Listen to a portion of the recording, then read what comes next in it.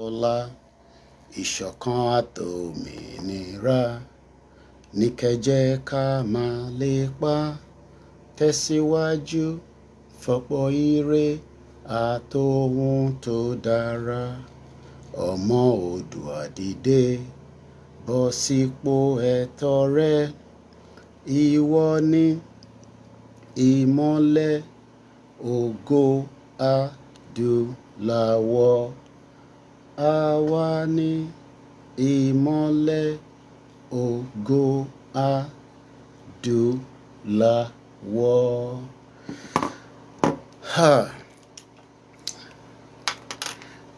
Kò sígbà tí bá kọ́kọ́ fi ṣe program, mo kọ́kọ́ gbọ́dọ̀ kíyà mi dáadáa. Torí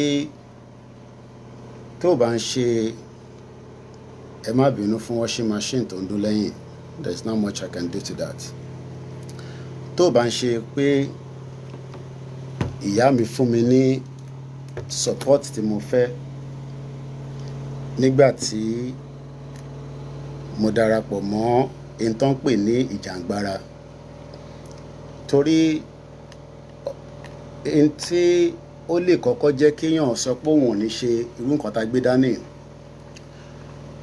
òun ni kí ìyá èèyàn àbí àwọn fámílì èèyàn kó sọ pé ohun tó fi ṣe yìí kò lẹ́tọ̀ọ́, kò dẹ̀ yẹ láti ṣe.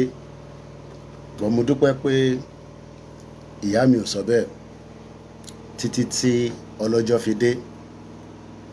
And that is the first thing I'm always grateful pé kò sí nǹkan tẹ́nì kankan wá lè máa sọ nípa pé ìta gbé dání. Kódà àwọn tó tẹ̀ gbàgbọ́ tẹ́lẹ̀, àwọn tí wọ́n mọ̀ pé ọ̀nà àbáyọ ni pé kí Yorùbá jáde nínú Nàìjíríà, ọ̀pọ̀lọpọ̀ wọn ni wọ́n wá jáde lénìí. Mò ń bọ̀ níbẹ̀. Tó bá jẹ́ lákọ̀ọ́kọ́ yín, ẹ pàdé mi rí, ẹ rí mi rí. Èmi ló ń pè ní OLAYOMI KOIKI, tó jẹ́ ọ̀gá iléeṣẹ́ Koikimedia. A dúpẹ́ fọ́lọ́run, kò ṣe pé a fi ń yinra wa.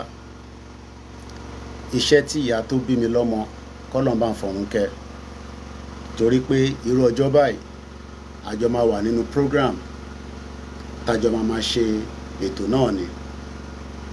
Bọ̀ a dúpẹ́ pé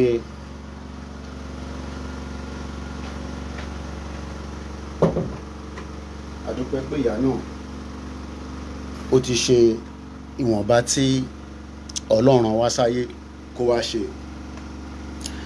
Kò wá sẹ́nìkan tí kò ní kú.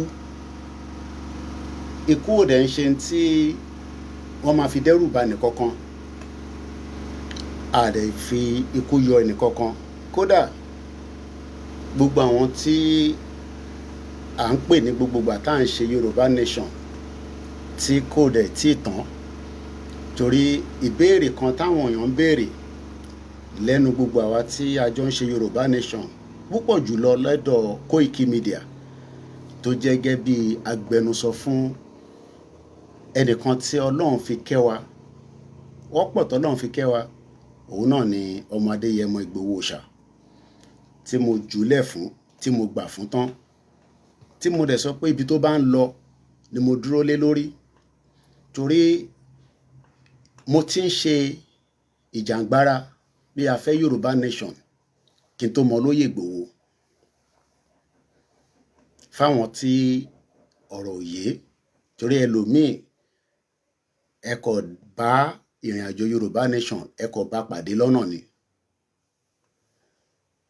Mo ti wà nínú pé a fẹ́ gba Yorùbá nation kémi àti Olóyè Ìgbòho k'Ọlọ́run tó ní a máa pàdé. Mo dẹ̀ dúpẹ́ pé ọba Elédùmarè tó ní èmi àti Chief máa pàdé, àárín wọn ò tí ì bàjẹ́, ìrìn àjò wọn rẹ̀ tí ì jọ tán. Nítorí ẹni tí agbédání tá à ń fà kò ń ṣe pé àwa la máa kọ́kọ́ gbérú ẹ̀ dání, àbáwa la máa kọ́kọ́ béèrè fún. Bọ̀ mo kí ọba tó ní wá, tó dá ẹ̀mí kankan, torí ẹ̀mí tí ó jẹ́ tìyá tèmi nísìn, ọba Elédùmarè tí mo lọ. So n tó bá wá lè mú ọba Elédùmarè kó mú ẹ̀mí tó bí ìyá mi lọ́mọ tó mú lọ, kí wá ló kù ẹ̀mí tó kù tí kò ní mú lọ. Ìgbà tó máa máwọn ẹ̀mí yẹn lọ láàmú, la ṣe ń ṣe ìgbìyànjú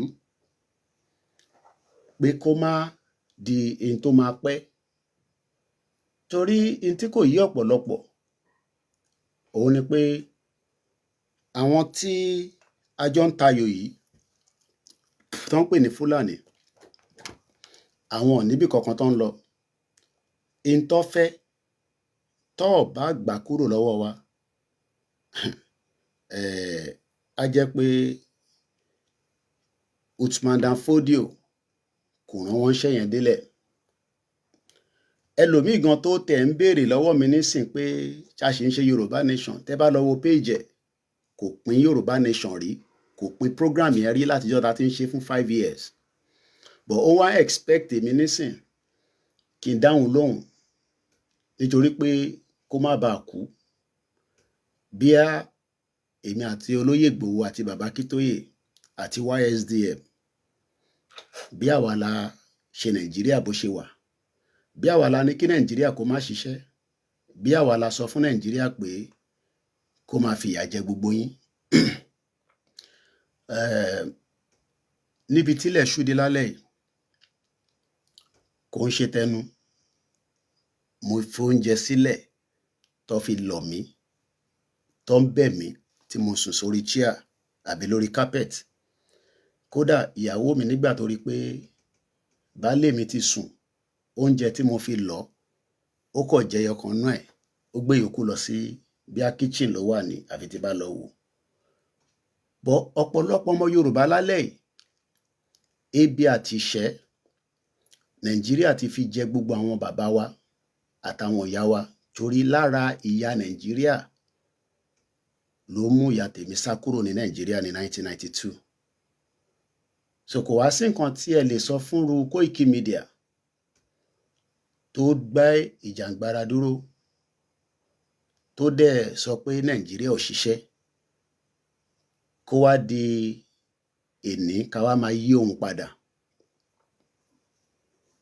Mo mọ̀ pọ̀pọ̀lọpọ̀ yín lẹ́ẹ̀kan sí, mo ò fẹ́ anybody ní authority láti gbé fídíò mi, pé o gbé gbogbo fídíò tí mo bá ṣe yìí, ẹ gbé sórí péjì yín, péjì yẹn máa wálẹ̀, kò sí nǹkan tá a máa ṣe sí. Àfún ẹni tẹ́lẹ̀ àti ṣe, but nísìn ní 2026 going further, copyright ni, you don't have any right, and we have not given anybody any right to make use of our video. If you use it and we find out, they will flag it. Whether you cut 30 minutes of it, 40 minutes, 50 minutes, you are not allowed. Àfẹ́ni kankan ní authority yẹn. Ẹni tó bá fẹ́ ṣe fídíò tó fi sọ̀rọ̀ káwọn náà jáde. Iṣẹ́ làwa tá à ń ṣe náà ń ṣe gẹ́gẹ́ bí ìyá tó bí mi lọ́mọ, k'Ọlọ́run bá ń fọ̀run kẹ́. It is not easy. Ìyẹn kan ọ̀dẹ̀ bẹ̀ wá nígbà tá a fi gbé Yorùbá Nation jáde pé a fẹ́ dá dúró, and ẹni tó bá wá ń bi wá nísìn pé níbo ni ìrìn àjò Yorùbá Nation wá dé, ìbéèrè ni pé ṣé Nàìjíríà ti padà dá ni? Ṣé Nàìjíríà ṣó ti ń ṣiṣẹ́? Ṣé Nàìjíríà ń ṣiṣẹ́? Ṣé Nàìjíríà ṣiṣẹ́ fún ìdílé tiẹ̀ àbó ṣiṣẹ́ fún ìwọ? Gbogbo wa la mọ̀ pé Nàìjíríà ò ṣiṣẹ́. So ìbéèrè tẹ́ ń béèrè pé ṣé Yorùbá Nation ti wá kú látara pé ọmọ Adéyẹmọ Ìgbòho Òòṣà tí Ọlọ́run fi kẹ́ wa ní sáà yìí, torí generation to generation ni. Ẹ lè disagree pẹ̀lú ẹ lè ní ọ̀dàlẹ̀ ni, kódà ẹ lè pè ní oríṣiríṣi orúkọ, We are human beings and we can never be perfect. Bọ̀ lórí ìrìn àjò tó gbé dání lọ́wọ́lọ́wọ́ pé kí ilẹ̀ Yorùbá táwọn Fúlàní tó ń dún màróró mọ́ wa kọ́ má gbà mọ́ wa lọ́wọ́ is still on the right track. Torí pé tí bá rántí ní ìgbà tó pa Tolúlọpọ̀ Arótilé kó tó di pé Ọlọ́run darí èmi àti Ìgbòho Òòṣà gbà máa mọ́ra. Púpọ̀ nu yín lénìí ẹ mọ bí ìrìn àjò yẹn ṣe lọ. Orí program ni mo wà ni olóyè pè wọlé sí tó wá èmi ò tẹ̀ mọ ẹni tó ń pè ní Ìgbòho àfi tá a bá ń parọ́ fúnra wa torí ẹni tó ti kúrò Nàìjíríà ti pẹ́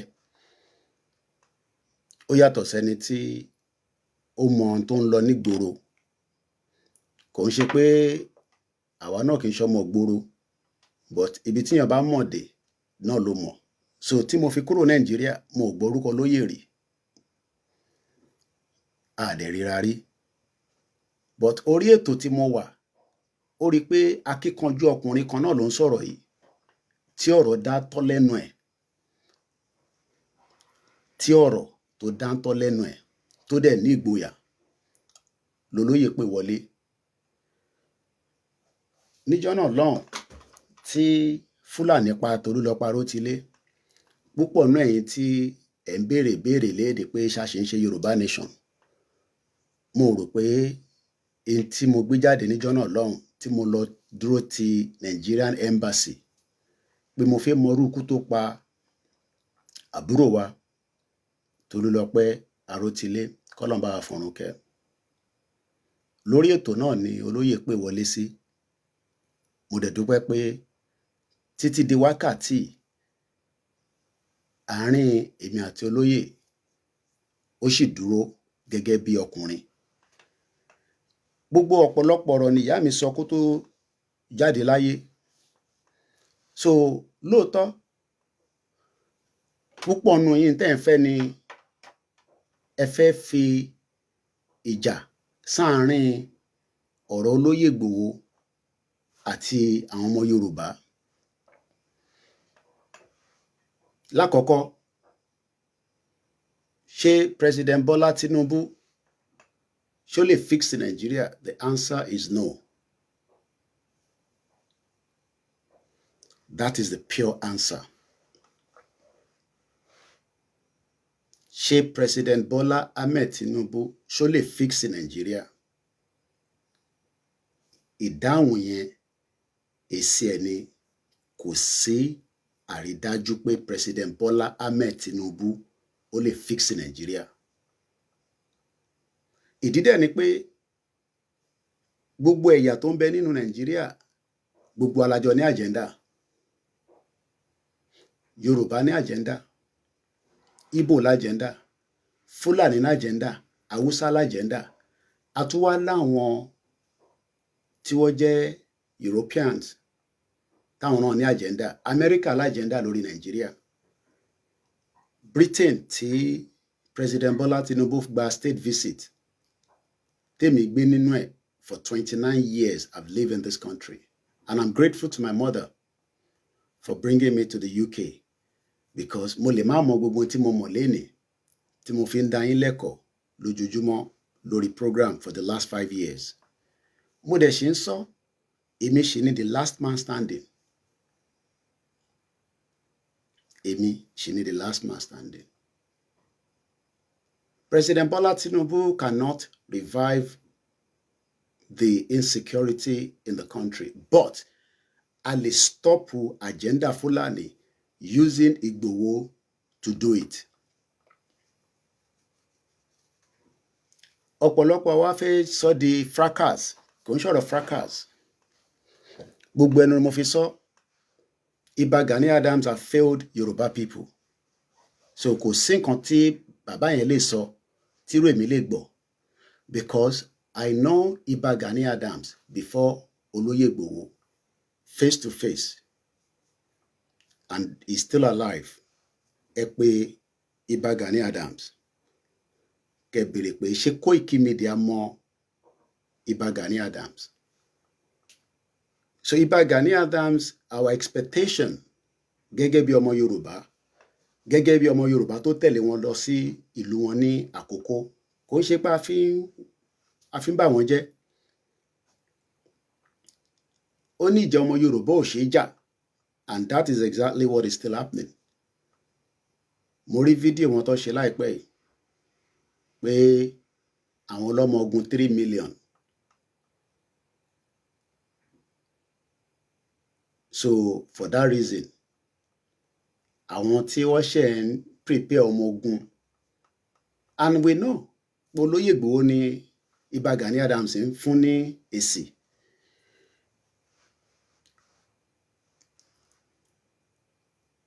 He failed Yoruba people. The expectation from Ìbà Gani Adams òun ni pé gbogbo ìgbà táwọn Fúlàní ń wọlé yẹn, but wọ́n fi ẹni tí ọba Elédùmarè gbélé wọn lọ́wọ́ láti fi bá wa kọ́ọ̀bù attack yẹn. Olóyè was in exile. Wọ́n lé mi kúrò Nàìjíríà. But mo decide pé for the reason pé olóyè ò sí nílé, kò sẹ́ni reason tèmi náà gbọ́dọ̀ lọ sí Nàìjíríà. And that was the reason why I stay back. Ta fi ń lọ sí Benin Republic. Torí ìyá tó bí mi lọ́mọ nígbà tó detain Olóyè Ìgbòho, mo fẹ́ lọ́lé. Olóyè ní má wá, but ó mọ̀ pé mo máa dé. Ó ní gbogbo tí o bá fẹ́ fi rán sí mi, gbogbo iṣẹ́ tó bá fẹ́ rán sí mi, tó o dẹ̀ fi bá mi sọ lórí fóònù. Òun mọ̀ pé tó bá sọ fún ìyá ẹ̀, á gbéra, á wá bá ẹ deliver message yẹn. And that was maybe ọ̀pọ̀lọpọ̀ yóò mọ̀ pé ìyá tó bí mi lọ́mọ k'Ọlọ́run bá ń fọ̀run kẹ́. Mo kí gbogbo ẹ̀yin tẹ́ ti darapọ̀ mọ́ wa. Ọlọ́run á bá mi dúró ti gbogbo wa. Gbogbo yín ni mo ṣe máa kí ẹ jẹ́ n kọ́kọ́, because in tí mo fẹ́ sọ pọ̀ láti last year, but ikú tó wọlé wá bá wa yẹn, ó bá mi lójijì. Tó bá yẹ pé mo mọ̀ pé ìyá yẹn máa kú ni, màá prepare fún. So kò ń ṣerú èní la máa bẹ̀rù ẹnì kankan láti sọ̀rọ̀, àbí àwa máa jáyà pé tá bá sọ báwo làwọn kan ṣe fẹ́ gbọ́. Bó bá ṣe wọ̀nyí ní kẹ́ ṣe gbọ́, kò sí tó kàn mí. Torí nígbà tí agbérìn àjò yẹn dání, Ìbà Gani Adams gan pull back. Ọ̀pọ̀lọpọ̀ àwọn ọmọ Yorùbá pull back. Olóyè Bàbá Kítóyè, Koikimedia, Ẹmọ̀lá, Mòwò Jẹjọkínọlá, àti millions of Yoruba people, àtàwọn tó tẹ̀lé Dúpẹ́ Onítìrì.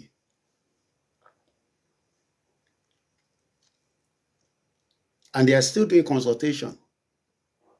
But ibẹ̀ yẹn another topic ni. Mo fẹ́ join ẹ̀ mọ́ra wọn. Mo fẹ́ focus lórí ìbéèrè kan tí ọmọ Yorùbá ń béèrè ni pé Koiki ṣé a ṣì ń ṣe Yorùbá nation? Ẹ bá ń gbọ́ wọlé share button. Tá bá lọ wo page àwọn tí wọ́n attack olóyè lẹ́lẹ́ nísìn. Tá fi ṣe Yorùbá nation fún 5 years. Ẹlòmíì ò comment. Ẹlòmíì ò san £1 rí. Ẹlòmíì ò san £1 rí. Kò ń ṣàwọn tó dáwó ni mò ń sọ tó ní ẹgbà, ẹ ṣe flag, ẹ ṣe fìlà, ẹ gbaṣọ, ẹ ṣe awareness. Àwọn kọ́ là ń bá sọ̀rọ̀, torí àwa ò ní fẹ́nu tiwa tí a ti fi jata yín ká fi sọ̀rọ̀ sí yín. Ẹ ní right láti gbé olóyè kẹ́ ṣan mọ́lẹ̀ pé Tinubu báwo. Ibẹ̀ yẹn à ń bọ̀ níbẹ̀. Mo ní tó bá ní lẹ́yìn ìyàwó Olóyè Ìgbòho àtàwọn ọmọ ẹ̀, mo sì jẹ́ ẹni tó súnmọ́ dáadáa. But ẹ fẹ́ mọ ọ̀pọ̀lọpọ̀ àwọn àṣírí pé ṣólóyè ti sign agreement pẹ̀lú President Bọ́lá Tinubu ni tó fi ń dé fìlà APC. Mo ń bọ̀ níbẹ̀. Ẹ bá ń share button. But in tí mo fẹ́ sọ ni pé nígbà tí wọ́n mú bàbá wa ọmọ Adéyẹmọ sí Benin Republic, ó láwọn ọ̀rọ̀ kan tí mo fẹ́ bá wọn sọ tí mo dẹ̀ fẹ́ kọ́ táàpù fóònù mi, ni mo fi ní kí ìyá mi k'Ọlọ́run bá ń fọ̀run kẹ́ kó gbéra kó lọ bá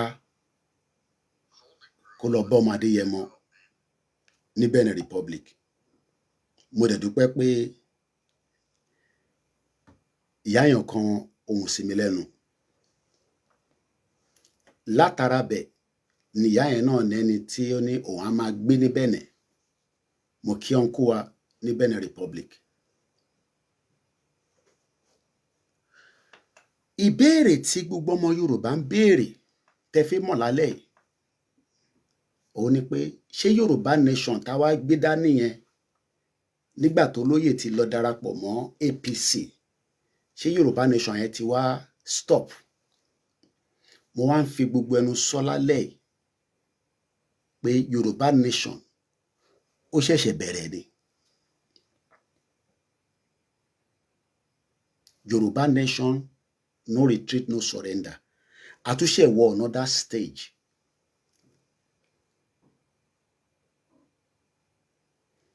I am not here to sell anything to you because èmi kọ́ ni Yorùbá nation, èmi kọ́ ni Odùduwà nation, Odùduwà republic. But èmi gẹ́gẹ́ bí media tó dẹ̀ jẹ́ media tó dáńtọ́ tó dẹ̀ gbà pé Nàìjíríà ò lè ṣiṣẹ́. We have not moved an inch from that.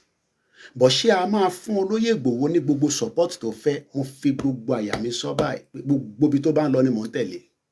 Mo ti rí àwọn tó ti pè mí, mo ti rí àwọn tí mo ti lọ bá tó sọ fún mi pé kò gbọdọ̀ rí bẹ́ẹ̀. Mo ń dọkumẹ́ǹtì gbogbo ọ̀rọ̀ tí ìrìn àjò yìí ṣe ń lọ. Kò ń ṣàsìkò tá a máa kọ̀wé, but mo ń sketch oríṣiríṣi nǹkan jáde.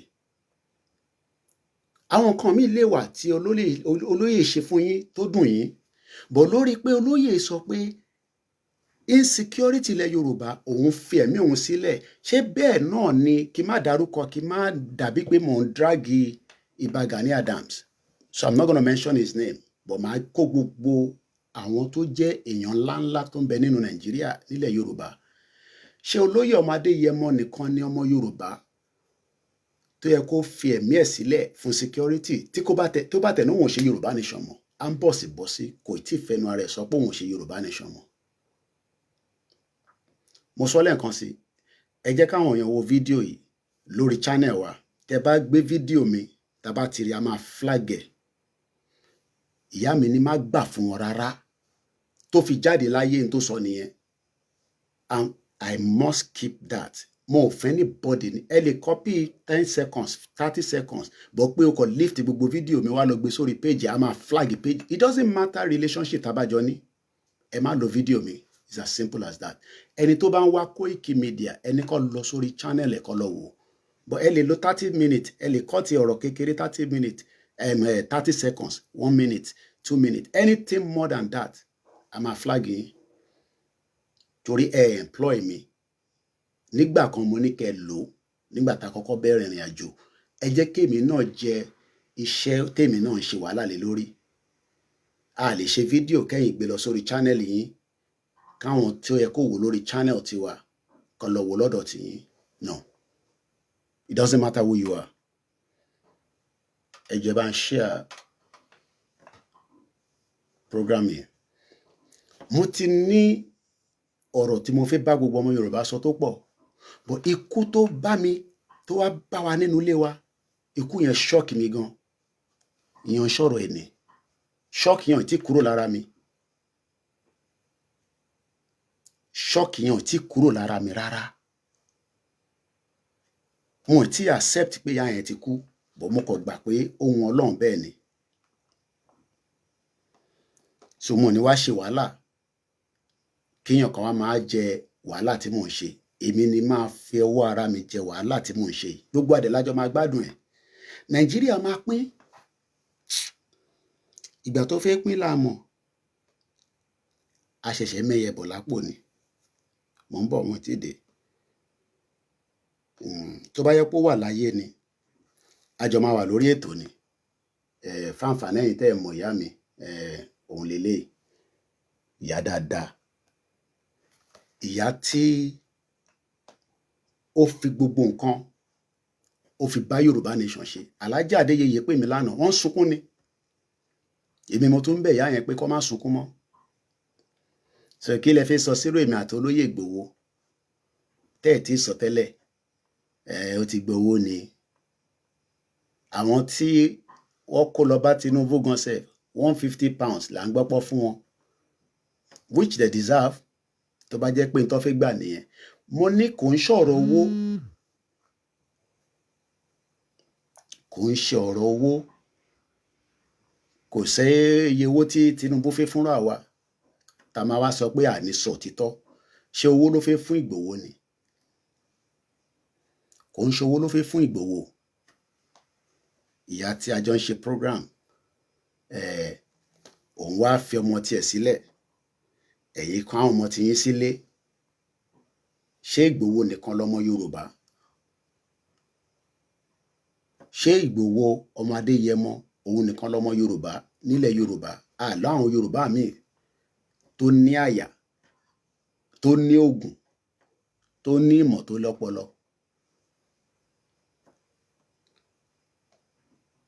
ìyá dáadáa kọlọ́n bá fọ̀run kẹ́ ikú tó dé ìyẹn ò ní pé Yorùbá nation máa tán mo níṣẹ́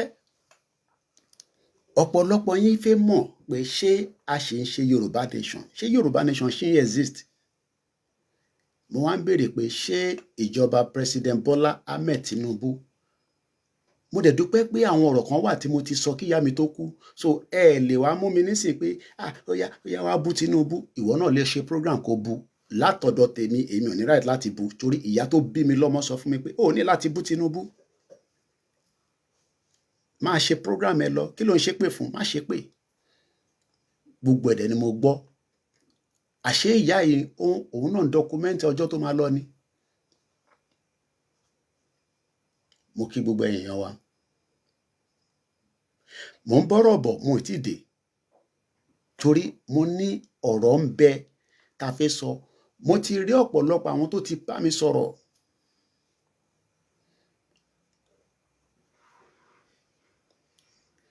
pé ṣé ìrìn àjò tí olóyè wa gbé nísìnyí ṣé ìrìn àjò yẹn wá dá báyìí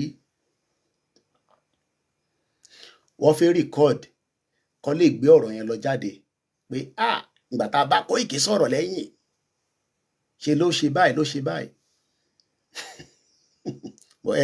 ẹ̀mọ́ tẹ̀ ń dé pẹ̀lú èmi tèmi gbé labroad for 29 years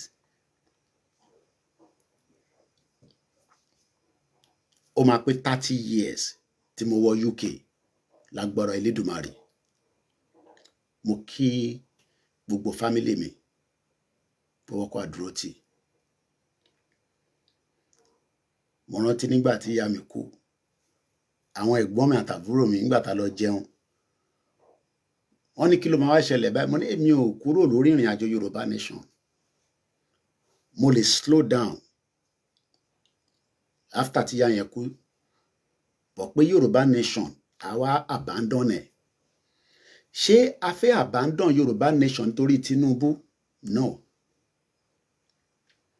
ṣé Yorùbá nation ti wà abandon nítorí President Bọ́lá Tinubu agenda for 2027 ṣé tí olóyè bá darapọ̀ mọ́ Tinubu tó darapọ̀ mọ́ Tinubu ṣé Tinubu máa wọlé Tinubu tá mọ̀ pé ó máa bọ́ fẹ́ bó kọ̀ ó mọ bó ṣe máa gbogbo mọ bó ṣe máa gbéra wọn wọlé padà ṣé olóyè ló máa wá stọ́pù pé kí Tinubu má di president nígbà tá ní kájọ ṣe kó má bàa rí bẹ́ẹ̀ púpọ̀ nù yín ẹ̀tàdínmẹ́yìn so ẹ̀ ń wẹ́ ń tẹ́ fẹ́ forí ẹ̀ fàgbọ̀n àbí bẹ́ẹ̀ kọ́ ẹ mọ̀ pé ìyá tèmi ti kú nísìn ẹ̀ ń wẹ́ ń tí ẹ fẹ́ forí ẹ̀ tẹ́ fẹ́ fi fọ́ àgbọ̀n lákọ̀ọ́kọ́ mo ní láti response àwọn ọmọ Ìgbò tí mo kì í ṣe Ìgbò family mi fẹ́ Ìgbò mo ní ń lọ tó jẹ́ Ìgbò but àwọn ọmọ Yorùbá ni mò ń bá sọ̀rọ̀ ṣé ẹ fẹ́ fi orí èmi fàgbọ̀n nígbà tèmi náà ní ká lọ forí wọn fàgbọ̀n tí mò ń pariwo nínú yàrá yìí ní corner piece mi tí mo wà yìí fún 5 years ẹ rí nígbà yẹn bọ̀ nígbà tí olóyè wá di òun máa darapọ̀ mọ́ APC láti ṣe kíni ṣé láti gbowó lọ́wọ́ Tinubu ni ṣówó ló fẹ́ gbà lọ́wọ́ Tinubu tó bá tẹ̀ máa fún lówó wá fún lówó fún budget fún security tó fẹ́ dá sílẹ̀. Ṣé ẹ̀tọ́ ẹ̀ ni pé kó nóun fẹ́ protect ilẹ̀ Yorùbá? Ẹ bá mi dáhùn nínú comment section. Ṣé ẹ̀tọ́ olóyè ni pé kó jáde pé òun fẹ́ protect ilẹ̀ Yorùbá? Àwọn méjì náà ni tá bá ní ká gbé yẹ̀wò, Ìbà Gani Adams àti olóyè ní ó yẹ kó secure ilẹ̀ Yorùbá. But option yẹn kù sọ́wọ́ federal government. Tí federal government bá rò pé ẹ̀tọ́ ni láti gbé fún Gani Adams, wàá gbé fún Ìbà Gani Adams. Tí federal government bá rò pé ẹ̀tọ́ ni láti gbé fún Chief Sunday Adéyẹmọ Ìgbòho Òòṣà, wàá gbé fún. Kódà bó bá gbé fáwọn méjèèjì, wàá split ẹ̀ ní kólúkálukú mú section tiẹ̀, ẹ̀dẹ̀ má kọlù ra yín. I expect pé káwọn méjèèjì wá máa bára wọn jà lórí ọ̀rọ̀ ilẹ̀ Yorùbá, but lórí ọ̀rọ̀ security tí olóyè tún fara ẹ̀ sílẹ̀ fún, gbogbo ara gbogbo ẹ̀mí ni mo fi ń bá lọ. Èmi ò ní láti jáde kí n ṣe máa sọ pé APC Tinubu náà, Tinubu ò ní kankan tó fẹ́ ṣe fún ọmọ Yorùbá, but tó bá jẹ́ lórí security tó fẹ́ gbé fún olóyè láti fi defend ilẹ̀ Yorùbá, it is more than 100% good. Àfi tó bá jẹ́ pé selfish person lèmi. Ṣé yẹn wá mí pé ká má wo ọ̀rọ̀ ń bẹ gbogbo bí wọ́n ṣe wá sí UK, mò ń wò báyìí. Mo sọ fún yín pé wọ́n pè mí, mo refuse láti lọ ni.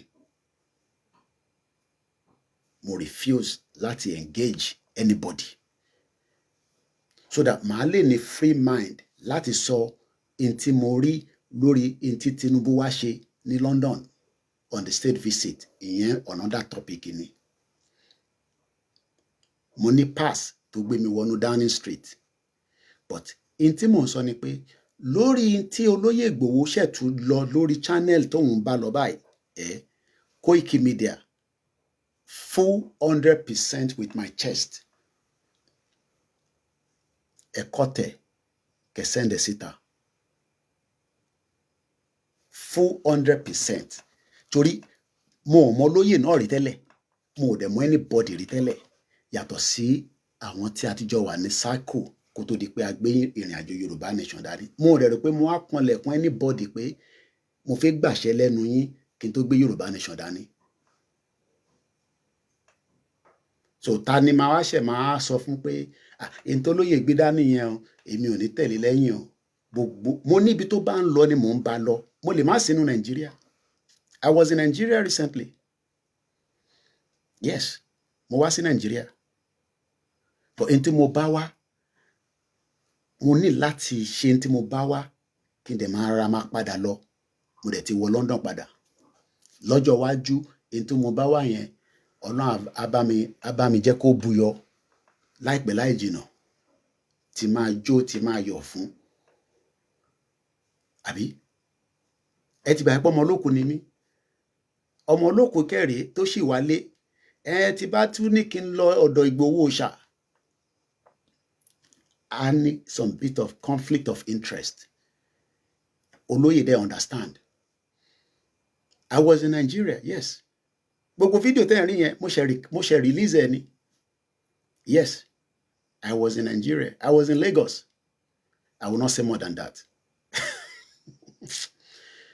But the fact that pé mo wà ní London, gbogbo tí olóyè bá fẹ́ pátá lórí ti media, ó ní backup Koikimedia. Ṣé rí Koikimedia organization kan bí BBC ni. Gbogbo tí YSD yẹn bá fẹ́, Koikimedia gbé tán. Gbogbo tí àwa tí a gbàgbọ́ lórí ìrìn àjò yìí bá fẹ́, Koikimedia dúró fún yín. Ṣé yẹn wá ní àní mú Tinubu? Àní bù. Torí ìyá tó bí mi lọ́mọ sọ pé má bù Tinubu. But ṣé Tinubu máa fix Nàìjíríà? Bá ṣe ń sọ̀rọ̀ yìí, àwọn family mi wọ́n wà nílé báyìí, wọ́n níná. A shit hole country for 60 years plus. Wọ́n lè provide enough fún yín kí ẹ lè máa fi rí in tó ń lọ lágbàáyé. Ẹ ṣé gan yín tẹ́ ń fún wa ní gift. ẹ fún wa ní super chat, ẹ jọ̀ọ́ ẹ bá mi lọ sórí Koikimedia, ẹ di member. How can we have 52,000 followers? Ẹ dẹ̀ fẹ́ kí Koikimedia kó máa ṣiṣẹ́, máa pariwo Yorùbá nation.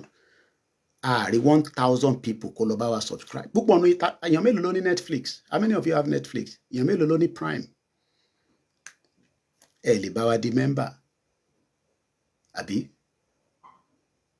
Ìyá tó tẹ̀ ń fún mi lówó nísìn. Àbí? Adúpẹ́ fọlọ́run. Mo tẹ̀ dúpẹ́ pé àwọn grandma kọ̀ọ̀kan wà tí máa ń pè lábẹ́lẹ̀. Grandma, ọmọ yín kí ló máa ṣẹlẹ̀ ní wíìkì yìí?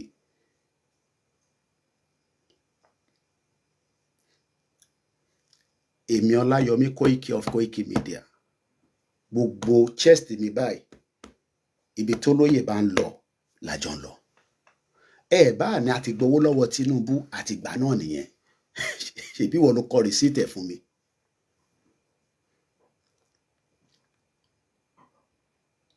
Níbi tí ọmọ Adéyẹmọ bá ń lọ ni mò ń lọ. Níbi tí bàbá wa Professor Adébánjí Akíntóyè a máa ṣe meeting lọ́la again lágbára Ọlọ́run. Ibẹ̀ lájọ ń lọ. Níbi tí Káyọ̀dé Ẹ̀mọ̀lá bá ń lọ, níbẹ̀ ni Koikimedia ń lọ. Níbi tí George Akínọlá bá ń lọ, ibẹ̀ ni mò ń lọ. Níbi tí Ìlànà bá ń lọ ni mò ń lọ. Even though pé world media ti pín sí méjì, níbi táwọn méjèèjì bá ń lọ, but I remain independent. I'm not gonna allow any media kó drag me. Torí pé tí bá fẹ́ sọ̀rọ̀, mo fẹ́ jẹ́ kíyàn kankan kó caution mi pé má sọ báyìí, báyìí ni kò sọ. Tinubu ò lè fix Nigeria. It's as simple as that. There's no doubt about it. Téèyàn kan bá ní Tinubu, President Bola Ahmed Tinubu, ó máa wá fix Nigeria, ẹ̀tútù ẹ̀dànù, irọ́ ló wà ń bẹ̀. But tó bá gbé security fún Olóyè Ìgbòho àti Gani Adams, if that be so, ṣé kírú èmi wá tako ni? Ṣé fẹ́ kírú èmi tako in tí Tinubu fẹ́ gbé fún President Olóyè Ìgbòho? Ẹ fẹ́ kí Koikimedia, ẹ fẹ́ kí n jáde kí n wá tako? Kémi wá jẹ́ gẹ́gẹ́ bí ọmọ àlè Yorùbá. Ṣé ọmọ àlè lèmi? Èmi ò kí ń ṣọmọ àlè Yorùbá o. Ọmọ kọlẹ̀ Yorùbá ni mí. Lákọ̀ọ́kọ́ Fúlàní ò lè jí mi gbé níbi tí mo wà yìí. Kò ń ṣe tẹnu. Mo kí gbogbo ìṣẹ̀ṣe. Fúlàní kò lè jí mi gbé. Fúlàní ò lè jí mi gbé. Àbọ̀rọ̀ mọ̀ yẹ yín nísìn. Níbi tílẹ̀ ṣúdé yìí. Iná ò lè kunu lé mi as long as ti bá ṣe ń tanná tí mo ra ná. But in tá à ń sọ ni pé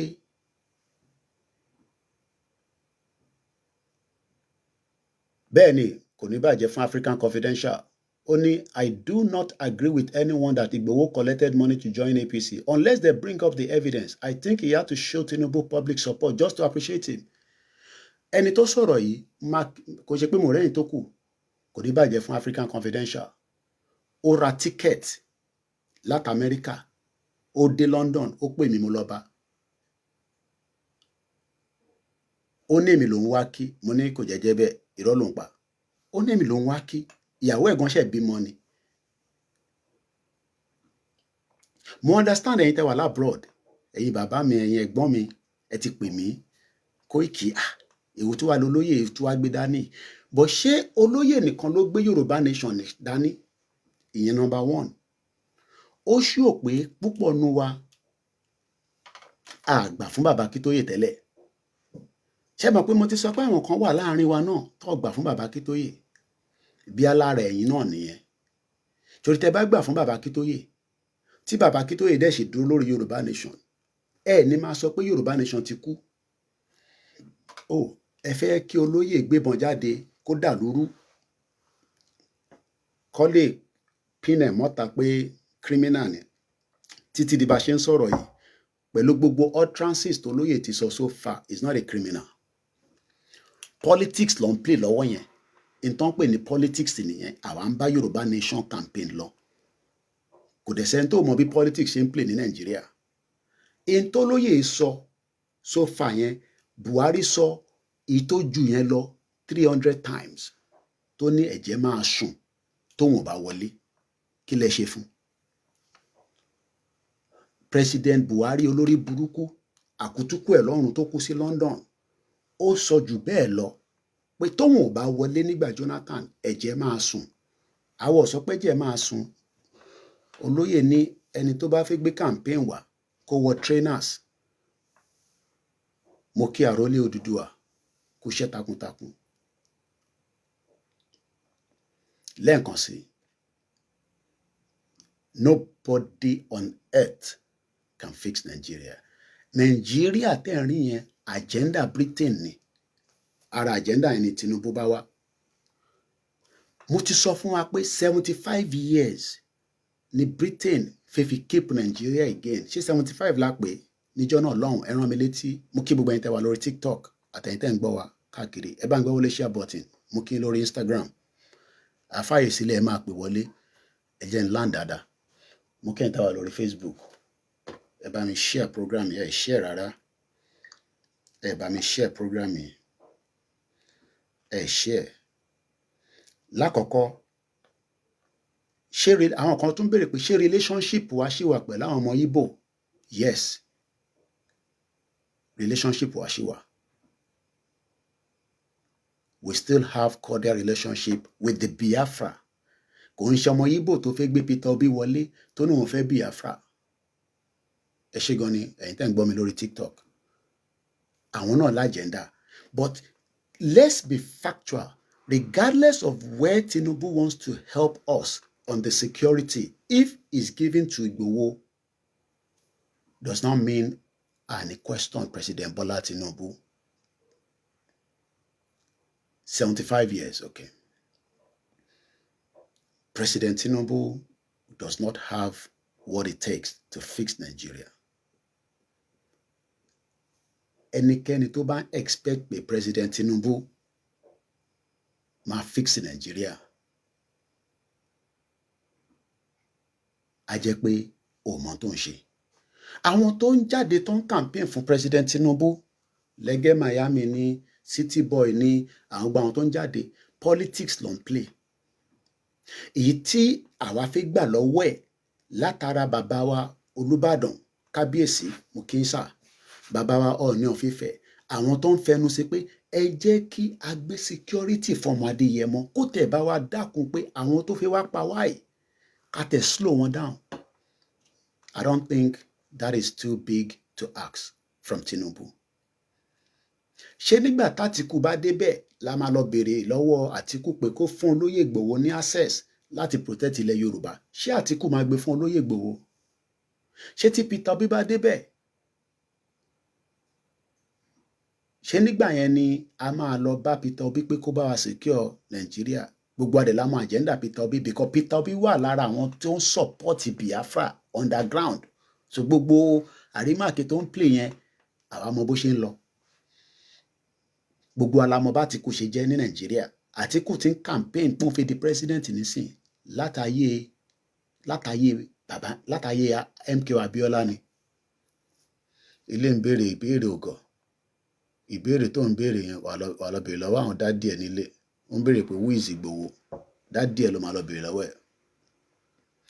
So àwa mọ agenda àwọn Biafra. But ọ̀rọ̀ Biafra kọ́ mo bá wá. Àwọn ọmọ Yorùbá ni wọ́n bá sọ̀rọ̀. Gbogbo ẹ̀yin tí ẹ̀ ní kùn sínú, tẹ́ ń whispering, especially the diaspora, lórí ọ̀rọ̀ ọmọ Adéyẹmọ, especially the diaspora. Gbogbo ṣẹ́rẹ́ àwọn tó wà nílé, ìṣẹ́ àti ìyà ó ti báyé wọn jẹ́. Wọ́n lè tà mí fún 500 naira, àwọn tó wà nílé. Kò ń ṣe gbogbo wọn. Àwọn tó wà nílé, mo fẹ́ sọ̀rọ̀ òdì sí wọn ni. Wọ́n lè tà yín nítorí 500 naira. Gbogbo alamọ̀ yẹn. But ṣẹ́rẹ́ yìí diaspora, I believe pé a wà too intelligent fún Ìgbòho. Àwa la máa control Ìgbòho. Ta lẹ̀yin tẹ́ fẹ́ control Ìgbòho? Ta lẹ̀yin tẹ́ fẹ́ control ọmọ Adéyẹmọ Ìgbòho ṣá?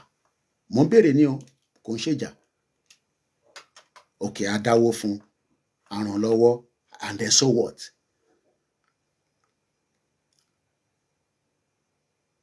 Ó disappoint yín. Ó pa yín lọ́mọ jẹ ni.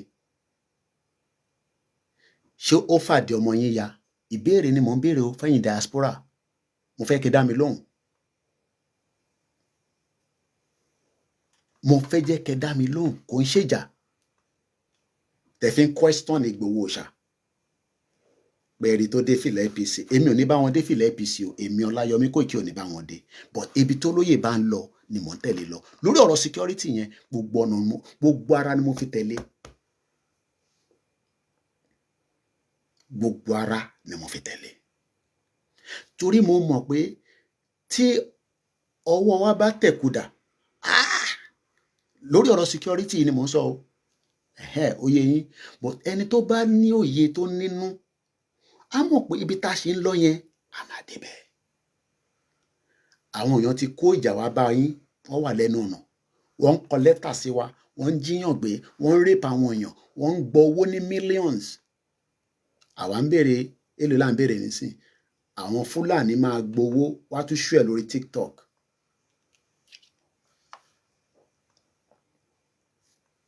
Àbí ọ̀rọ̀ mọ̀ yé yín nísìn, but àwọn ọmọ Yorùbá Fúlàní ti pọ̀ láàrin wa nísìn, ọmọ àlè ló pọ̀ láàrin wa, kò ń ṣọmọ ọkọ mọ́, àwọn ọmọ àlè, àwọn ọmọ àlè,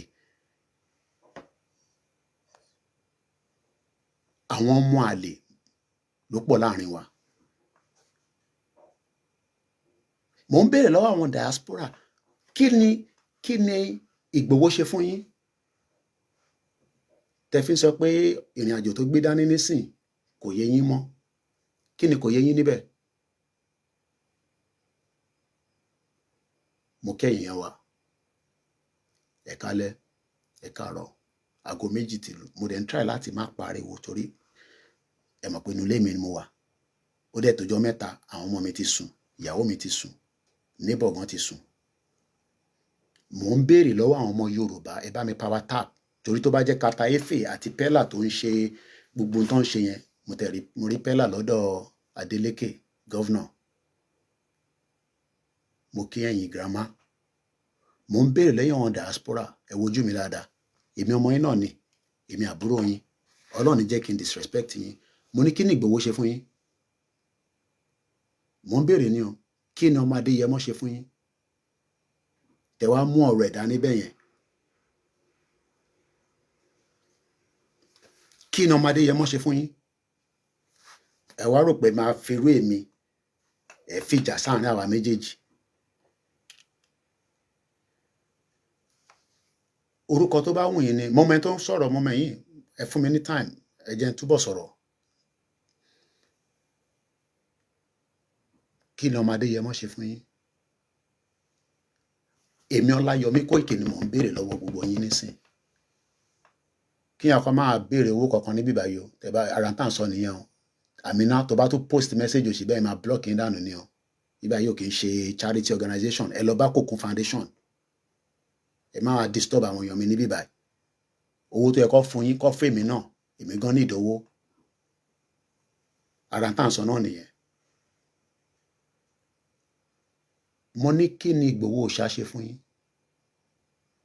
Ìbéèrè ni mò ń béèrè yín, ẹ̀yin tẹ́ wà l'Amẹ́ríkà, Australia, Canada. A máa take advice. Ìgbòho má sọ̀rọ̀ púpọ̀, okay, àti gbọ́. Kó má sọ̀rọ̀ púpọ̀, àwọn northerners ń sọ̀rọ̀, àdèmọ́ tán pè northerners Fúlàní.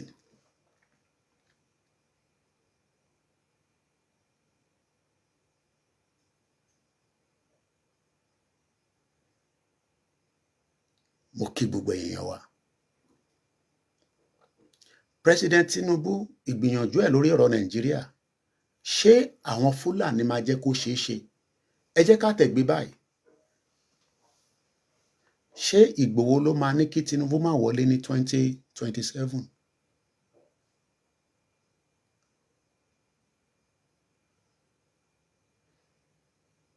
Ṣé Ìgbòho, kíyàn kankan máa tọrọ owó lórí platform mi? Platform yóò ṣe ibi tẹ́ ti ń tọrọ owó. Ẹ wọlé, ẹ kí wa ẹ̀ṣẹ̀ ń tọrọ owó, ẹni kan fún yín 2,000 naira. Ṣé ìyẹn ló máa sort solution tá a fẹ́ mú wáyé? Èyí tó máa everlasting solution ni YSDM gbé dání lábẹ́ bàbá wa Professor Akintoye. Èyí tó máa mú solution òun ni Ìgbòho gbé dání. A ní 2 solution lọ́wọ́, ẹ wá ní ká compromise ẹyọ kan nítorí pé a fẹ́ràn Tinubu àbí? Iná yìí tẹ́ ń sọ fún wa nìyẹn pé tí Tinubu bá offer wa ní tó bá offer wa ní security tó dẹ̀ ní budget yẹn tó gbọ́dọ̀ ní budget nínú, because tó bá ní budget báwo la ṣe fẹ́ ṣe security yẹn?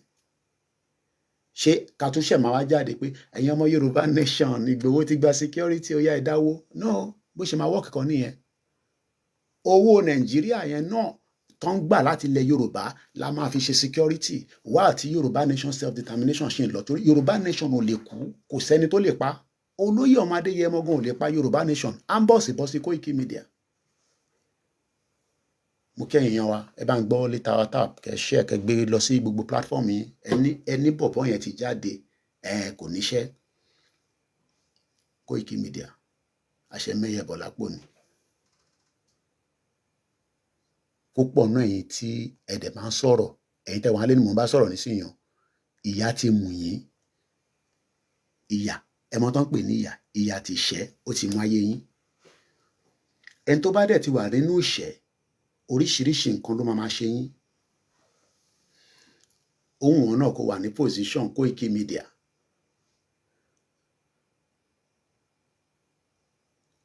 Ohun ẹ̀ kò dàbí Ìgbòho Òòṣà.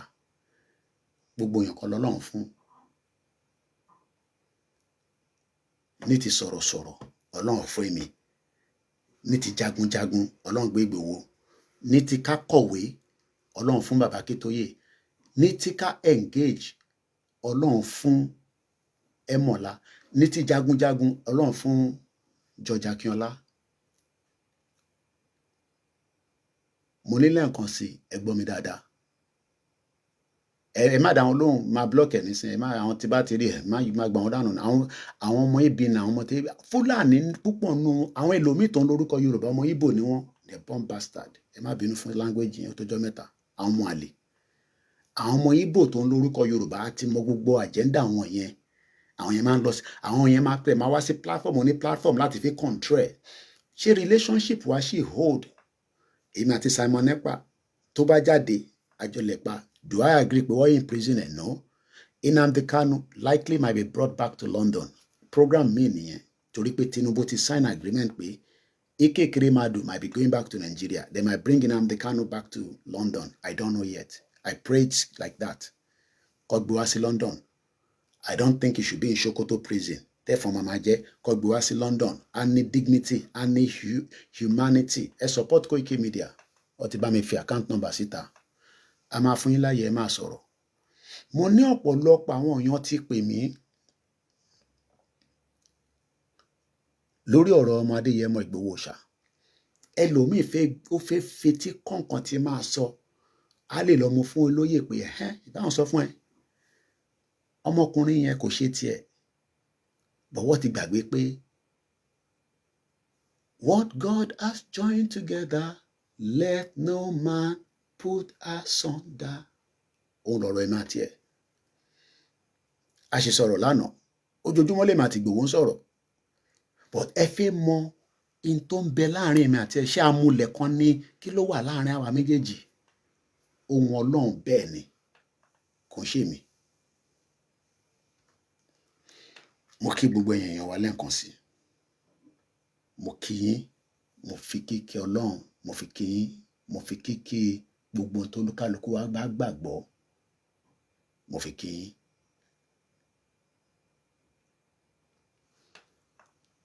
Èmi ni mo mọ risk tí olóyè gbé síwájú torí pé mo mọ orí kò ń ṣe pé ẹ máa sọ fún mi. Ṣẹ́yìn mọ àìmọye ìgbà tá à ń padà bọ̀ láti gbogbo àwọn trip tá lọ ń kí àwọn ọba. Ẹ mọ tójú wa ń fojú rí lọ́nà.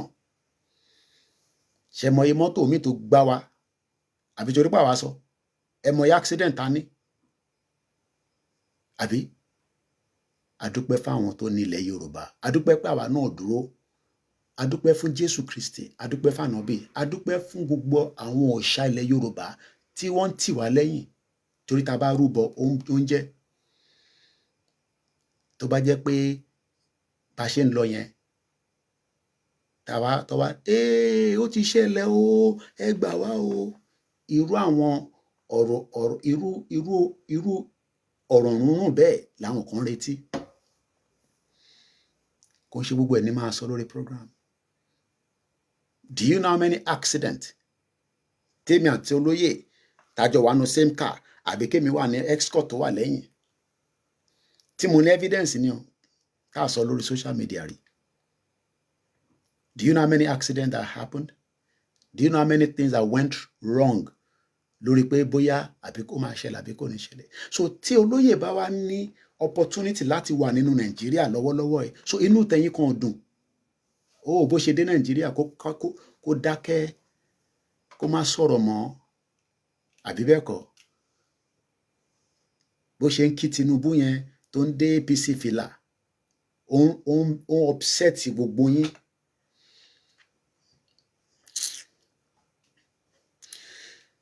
Ẹ jẹ́ ká gbé àwọn èèyàn wọlé.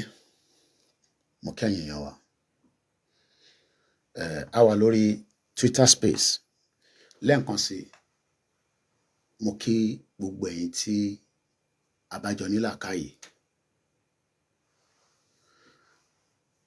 You innovate. Ó ń bi mí pé why did Olóyè choose to align himself with APC? Ṣé àjòjì ni ẹ lórí platform yìí? So gbogbo tí mò ń sọ látàárọ̀ ṣé ẹ kèwú sétí ni? Bí a kì í tún answer, why did Olóyè align with APC so that kí wọ́n lè protect family ẹ̀yin àti family èmi nílẹ̀ Yorùbá against Fulani agenda láti wá invade ilẹ̀ wa? Wọ́n ní bíyàn bá máa bá èṣù jẹun ṣíbi tiẹ̀ náà máa gùn. Látijọ́ ta ti ń fi kọ́ọ̀bù Fúlàní tó ń wá sílẹ̀ Yorùbá in 5 years, ṣé a ti rí ṣe? Mo ń béèrè lọ́wọ́ yìí tẹ́ ń béèrè lọ́wọ́ mi pé ṣé a ti rí ṣe? Have we been able to stop it? Bó ṣe wù wá ká stop ẹ̀. O ṣe fẹ́ kémi máa jáde Fúlàní ti jí wọn gbé o, Fúlàní ti pọ́ bá o. Tí a bá lè protect àwọn èèyàn wa while self-determination is still going on, what is wrong in that? America gan tó ní stealth fighter jet to cost $100 million. $100 million. Iran hit it. I don't think some of you understand what that means. This is a stealth fighter jet. Iran ò tẹ̀ gbọ́dọ̀ rí lórí space wọn rárá, based on the way it has been built. So tẹ́yìn bá jókòó sínú pálọ̀ yín, tẹ́ jókòó sínú yàrá yín, that means pé ẹ fẹ́ kílẹ̀ Yorùbá kó wà protected. So ẹ fẹ́ ká lọ protect ilẹ̀ Yorùbá tá bá gba Yorùbá nation tán. Níjọ́ ọ̀la mọ̀ tá fẹ́ gbà tán. Ṣolóyè nìkan, yes, F-35 ẹ ṣe gan ni, kẹ́kẹ́ ọ̀kọ́s. So ṣé section security yẹn kò wà important? So you are talking about a man that is taking a risk, because maybe some of you don't know that it's even a risk. So ṣé Russia ló máa fún wa ní nǹkan ìjà láti fi defend the Fulani ni mò ń sọ o, kò ń ṣe láti fi bá federal government jà o. I have always said it before. My mother said stop saying it, tá máa jà ogun, and I have stopped it.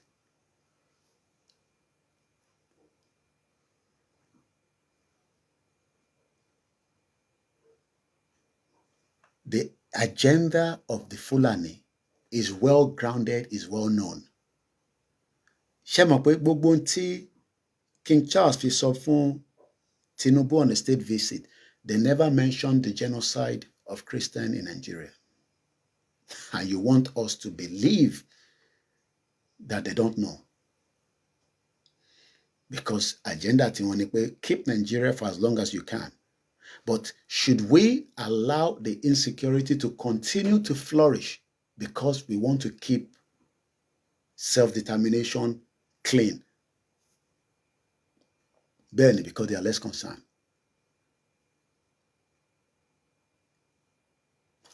I am not in Nigeria. I live in the UK. And I know what security means. Security even up to the food you are eating. So don't be as selfish of your own. So if Igboho has aligned with the APC for one agenda, let me put it again. It's not because Tinubu will be president of 2027 election. No.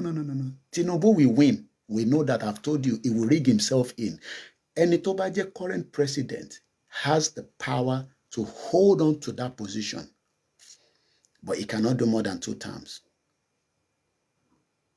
Igboho align with the APC so that kí security èmi àtẹ̀yìn púpọ̀ nù wa nísìn àmọ́ bí a ṣe mọ security jura wa lọ. I'm asking you, can you say that the insecurity in Yorùbáland is now working? Tinubu cannot fix it because he wants to fix it, but they're not giving him the opportunity to fix it. Because there's an agenda. Maybe some of you forgot. The late Malafia Obadia said it,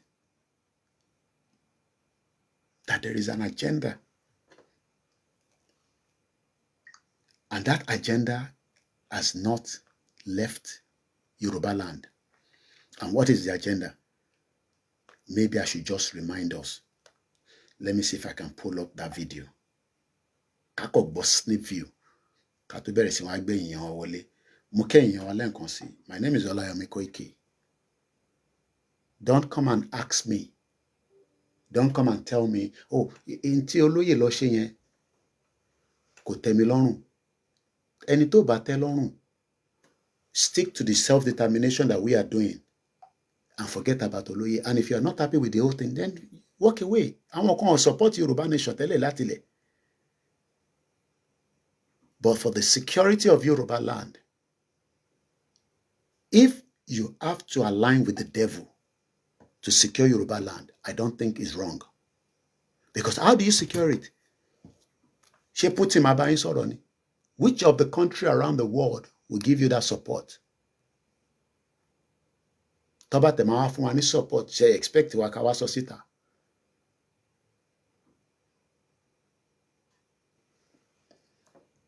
And I've told you, lórí Yorùbá nation, kò sí n tó ń lọ nínú ẹ̀ tí mo mọ̀. Because I am one of the backbone of Yorùbá nation.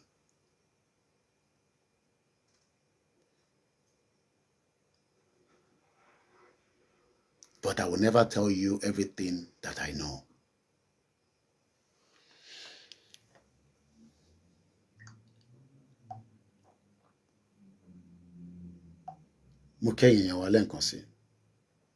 Let's listen to this. And the truth. And let me make some revelations, because some of us was.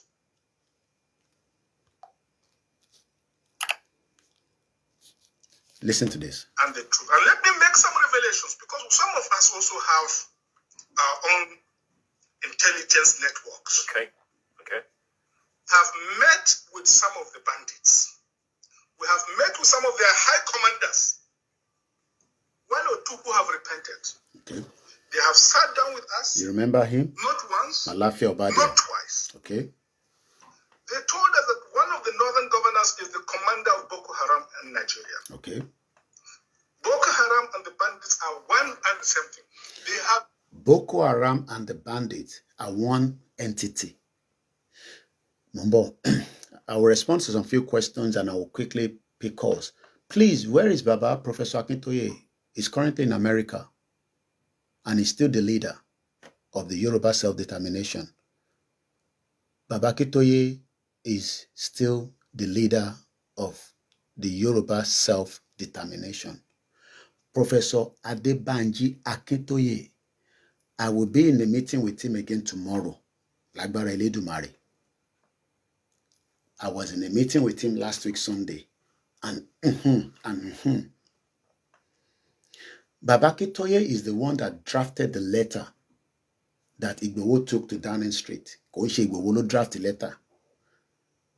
Because you are saying now that Baba Akintoye struggle, Baba Akintoye, leader of the Yoruba struggle, Chief Sunday Igboho deliver his letter to UK as his vice. Can he stand before the UK now to talk about the letter? Why not? Why not? Is diplomacy not part of self-determination? Is diplomacy not part of because Igboho has aligned with APC, are we not meant to talk to our senator? Are we not meant to talk to our governors that we want to leave Nigeria? So if you're going to leave Nigeria and you don't want a war, I haven't got time for him. Champala. Showore cannot pull 10,000 people out. Kò tí sẹ́ni kankan ní gbogbo Nigeria lẹ́ni tó lè pull crowd as Igboho, even with the current situation that he has put himself in to protect Yorùbáland. Kò tí sẹ́ni náà. You know that, I know that. Gbogbo iti ba Gani Adams ń sọ pé àwọn ọlọ́mọ ogun kìíní kan yẹn, he cannot pull 10,000 people out. Tí Igboho bá ní kí 10,000 people jáde lálẹ́ nísìn, 10,000 people will come out. So when you are talking about the letter was sent to me through DHL by Baba Akintoye, and I presented it to Igboho, and Igboho eventually delivered it. What does that got to do with we are asking for Yoruba Nation and Igboho as aligned with APC? Do you know the content of that letter? Do you know that if there was a discussion of that letter with Prince Charles, or Prince Charles, King Charles, because he's no longer Prince, FA more too much, and we don't need to give too much. The content of that letter was something that the current administration as at that time called the UK ambassador to question that letter, not question Igboho, because Igboho is just the man that took the letter. The letter was written by Professor Banji Akintoye, and nobody has or knows the content of that letter.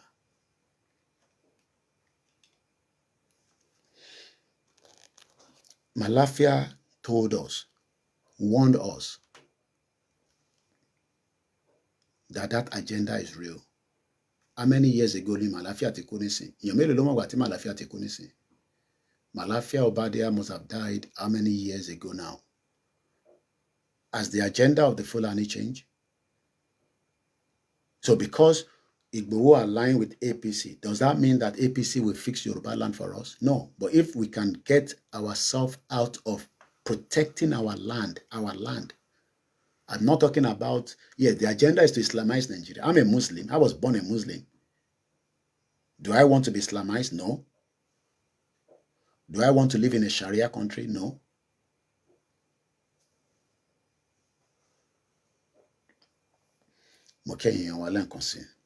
Share the program and invite even your enemies to come and listen. The agenda is real, and that agenda is still ongoing. Let's listen again. With some of the bandits, we have met with some of their high commanders, one or two who have repented. Okay. They have sat down with us. Okay. Not once. Okay. Not twice. Okay. They told us that one of the northern governors is the commander of Boko Haram in Nigeria. Okay. Boko Haram and the bandits are one and the same thing. They have a sophisticated network. During this lockdown, you want to fight Yoruba Nation, and some people already got sophisticated network, and we have pushed, and we are still pushing every means that we can come out of Nigeria without bloodshed. Every means. Atikpe Awonba, Akpe Joye, Akpe diaspora, Akpe homeland, as of a foreign country. Yoruba wants to have their own independent country. So why should that stop? Because Igboho wants to protect Yorùbáland via the current administration. Should we wait until we are fully captured? I'm asking question now. Should we wait until Yorùbáland is fully captured before we take a move? People that are fully networked, they are well equipped, they are invading the military barracks as if we don't even have a Nigerian military. Do you know what it means to invade? Is it possible for terrorists to invade American military base? We know that the attack is going on in the Middle East. Iran is pushing harder and harder every day, attacking America, even with the American might. So, because we want Yoruba nation now, we should not opt for another option of the insecurity. Tó ń dààmú gbogbo ilẹ̀ Yorùbá. Ṣé kò dààmú ilẹ̀ Yorùbá ni? I'm asking question. I am asking question. Is Yorùbáland not in danger? Why then should we be selfish? Especially those of us in the diaspora. Do I agree that the country has been fixed? No. Do I agree with any agenda of President Bola Tinubu? The answer is no. None of his policy has put food on my family's table. Do I agree with Igboho asking for security? Yes.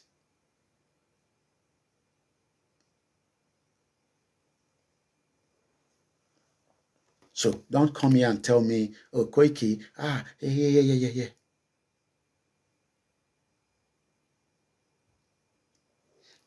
Let's bring some people in. Probably bring you in one at a time. Come on, Feki, or too rowdy. Okay, Mr. Koiki. Okay, no, sir. It's well with you. I want to appreciate you and all the time, day and night. God Almighty will continue to strengthen you. Amen. You will not labor in vain. Inshallah. Sherry, oriti security ti dekni koko kin fit you mama. Shegani. Lu aba te mo sa fe fe ri ekun si. Amen. To bi sile ko ni baje. Inshallah. We really know Aro, but we are alive. We should go see odo chief. But chief wà ní Benin Republic. Benin, sir. Don't look kí wọn. Gbogbo la máa ń rí. Benin. She's a wonderful woman. Olúwa dé bá tó sáfẹ́fẹ́ rere. Àmín. Mo tún fi sílẹ̀ kò ní bàjẹ́. Àmín. Now, Sherry issue tó kàn yà mí lẹ́nu fún àwọn èèyàn wa ni pé ó dà ní pé àwọn èèyàn wa lack understanding. I don't know what is wrong with them anyway. They lack understanding. Nígbà tí ọ̀rọ̀ rí bó ṣe rí, ẹni ẹlẹ́ni tó nílé tó lọ́nà, tó ní everything ní Nàìjíríà. Ẹ lọ sí sọ́kà kẹ́ lọ wo létí kì í ṣe rich ẹni irú ẹni báyìí ò tẹ̀ kó dìde pé òun tẹ̀ fẹ́ dìde fẹ́yàn rárá, kò yẹ kó dìde. Ló fi jẹ́ pé àánú àwọn kóòtù ìdílé àwọn ọmọjọ àánú wa máa ń ṣe mí gbà mí bá ti máa ń ṣe. Àánú wa máa ń ṣe mí o. Ibi ọ̀rọ̀ tí ò yẹ ká máa sọ tábà wà ní tábàtà ìlà wà ní diaspora we should know what we're supposed to say out. We won't just talk to anybody like that. Somebody like him. He was a very rich, a rich man. Mo pa wà là ń bọ̀. So a gbọ́dọ̀ sọ̀rọ̀ sí anyhow. Kò nídìí anything látọ̀dọ̀ wa. Ọlọ́run ti bless ẹ̀. Ọlọ́run ti bless ni chief. You know? Ìlú èyàn bẹ́ẹ̀ yẹ kó dìde pẹ̀lú gbogbo tí mo ní mọ́tò tó dáa, tí mo nílé tó dáa, kẹ́rin àwọn kan wá lọ waste mi dànù. Oní dìde, olówó èlò ló dìde àbí fún ọmọ kan dà wá láàmú ni. Náà olówó ta ní ẹ̀kọ́ tó mẹ́rin ló dìde nu wọn. Tí ó bá àwọn pípọ̀ dà wá láàmú ni. Ṣọkọ ya dá wa lóhùn. Ṣọkọ ya dá wa lóhùn. Ṣé gbogbo àwọn olówó dá wa lóhùn? Àbí gbogbo wọn kọ́ tó ṣẹlẹ̀. Ìgbà tí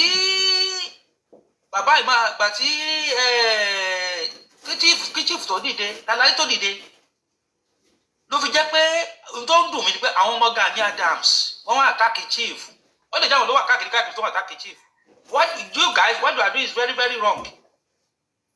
It's very, very, very wrong. Torí gbogbo gbàtọ́ ló attack wa Gani Adams wà bẹ́ẹ̀ kò sí kankan.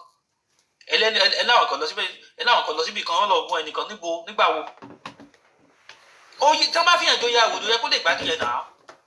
Ṣebú Gani Adams ṣebú kìíní náà fi jẹ́ ààrẹ ọ̀nà kakanfò àwa yìí àwọn àtìlẹ́yìn àti tó mẹ́ta. Ó ní federal government ò fún òun ní opportunity. Kágbé tó yìí kúrò àbúrò ní Gani àti gbogbo wọn ló jẹ́ síyàn. Kámú ti ipò tán náà gbélé wọn ló kámú kúrò àbúrò wọn jẹ́ síyàn. Àbúrò. So àtúndé láyé tí tó jọ mẹ́ta. Tí èèyàn bá dẹ̀ ń ṣe nǹkan èèyàn bá dẹ̀ wọ̀ nǹkan tó bá ń ṣe kó mọ this is my right. Àwọn àtàkì àwọn èèyàn wa dìde ṣe kọ́kọ́ wá ń kóra jọ àtàkì ẹni lẹ́ni. Ṣé ìyàn lóko ṣé ìrún lẹ́ẹ̀kẹ́ máa àtàkì sí?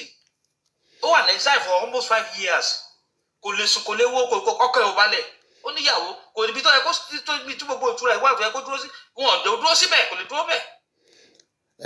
ẹni tó ṣẹlẹ̀ ni pé àwọn èèyàn fẹ́ kí olóyè ṣe wọlé yẹn ká bẹ̀rẹ̀ sí àtáàkì Tinubu. It's wrong. ká bẹ̀rẹ̀ sí àtáàkì ẹ̀. It's wrong. so tá a bá bẹ̀rẹ̀ sí àtáàkì tá a bá bẹ̀rẹ̀ sí ẹ tẹ̀ ní sùúrù sá. gọ́ọ̀mẹ̀ntì tó wà bẹ́ẹ̀ yìí is a failed government tó tẹ̀ sẹ́ni tó lè sọ yẹn a lè máa ṣe máa defend olóyè ò já ẹni sùúrù ẹ̀gbọ́n mi olóyè ò jáde nísìn kó lóun defend Tinubu lórí policy tó ṣe because kò favour anybody kò fomi sínú tébù wa kò fóúnjẹ sórí tébù wa but olóyè ń jáde pé lórí ọ̀rọ̀ security ilẹ̀ Yorùbá ẹ gbé fóun kóun mọ tóun máa ṣe ẹ dẹ̀ ní láti gbé fún nìkan tí Tinubu bá rí i pé òun lè gbé fún Gani Adams náà ilẹ̀ Yorùbá tóbi kọ́ split ẹ̀ kó lóye mú apá kan kí Gani mú apá kan kò jù bẹ́ẹ̀ lọ. kó náà mú apá kan ṣùgbọ́n Gani ò fẹ́ gbà Gani fẹ́ kó jẹ́ pé ọwọ́ ni gbogbo kìnìún máa wà. kò possible Gani ò lè gba gbogbo ẹ̀ ó ti fail because I was in London when ẹni sùúrù ẹ̀gbọ́n mi London ni mo wà nígbà tí wọ́n gbé ìbá Gani Adams wá nígbà tó joyè yẹn kọ́lọ́n fọ́run kẹ́ Dàpọ̀ Williams it's not the first time I'm saying it. orí ìjókòó bàbá Tibetan sì wà láyé ẹ lọ bá bàbá Tibetan pé nígbà tí wọ́n gbé Gani Adams wá tó di Ààrẹ Ọ̀nà Kakanfò tí Dàpọ̀ Williams invited to sponsor trip yẹn wá sí London I was there.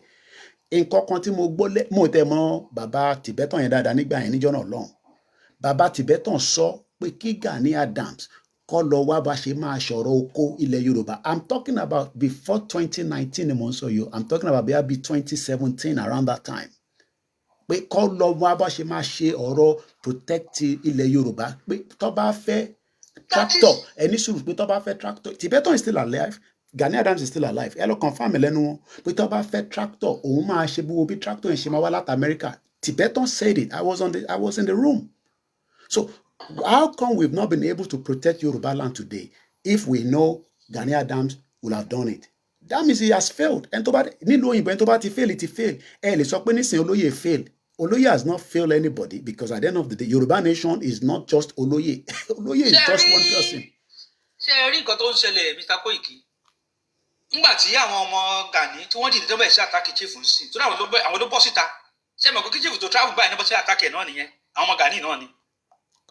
so adẹ̀dẹ̀ afẹ́ kílẹ̀ wa ó wà protected wọ́n threaten wa day and night wọ́n náà 28 báyìí náà ń bọ̀ 28 of this month. ó ti dé tán. wọ́n tún lè sún o kọ́mọ̀ gbogbo àwọn èèyàn ti àwẹ́ à wọ́n tún lè shift ẹ o but wọ́n lè wá before the time kọ́mọ̀ fa àwọn èèyàn lára so táìmù tá a wà ń sìn yìí bí a ṣe máa protect ilẹ̀ wa òun ló gbọ́dọ̀ jẹ́ bàádà that is why ti president Tinubu ó gbọ́dọ̀ jọ kọ́wéètì approve kìíní fún wa bóyá tó bá máa gbé fún àwọn méjèèjì kẹjọ split yẹ but Gani ò ní gbà bẹ́ẹ̀ á fẹ́ kó oníkan ló fẹ́ gbà kò dẹ̀ lè work kò lè work wọ́n máa tó bá jẹ́ pé kó bá di pé kò ní gbà kó split yẹ into two kó mú sáìdì ti tiẹ̀ ibi tó bá fẹ́ káwọn èèyàn tiẹ̀ sí then kí chief náà mú àwọn èèyàn tiẹ̀ náà tó bá fẹ́ káwọn èèyàn tiẹ̀ náà sí so wọ́n á split into two ni tó bá fẹ́ pé we really want peace but kò ní fẹ́.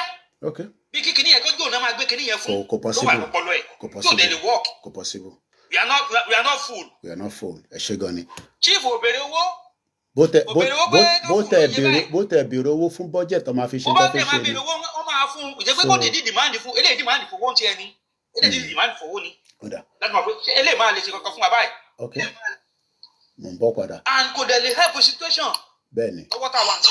bẹ́ẹ̀ni ẹ jẹ́ ká gbọ́ látọ̀dọ̀ bàbá Yomi Benson ẹ má ti lọ mò ń bọ̀ lọ́dọ̀ yín padà ẹ̀yin tẹ́ fẹ́ pè wọlé ẹ̀yin tẹ́ wà lórí Koikimedia Instagram I'm trying to log in my Instagram here it's not going through I need láti gba call so please join us on other platforms so that you can follow the program fẹ́yìn tẹ́ bá fi gbọ́ tẹ́ bá dẹ̀ fẹ́ pé n tó lóye ń ṣe ẹ̀ fi gbọ́ ẹ lè deactivate ara yín I don't think you need to because ẹni tó bá jẹ́ ọmọ ọkọ Yorùbá ẹ ní láti understand pé the current situation right now is very very there táwọn èèyàn bá sọ gbogbo tó lọ ní Yorùbáland.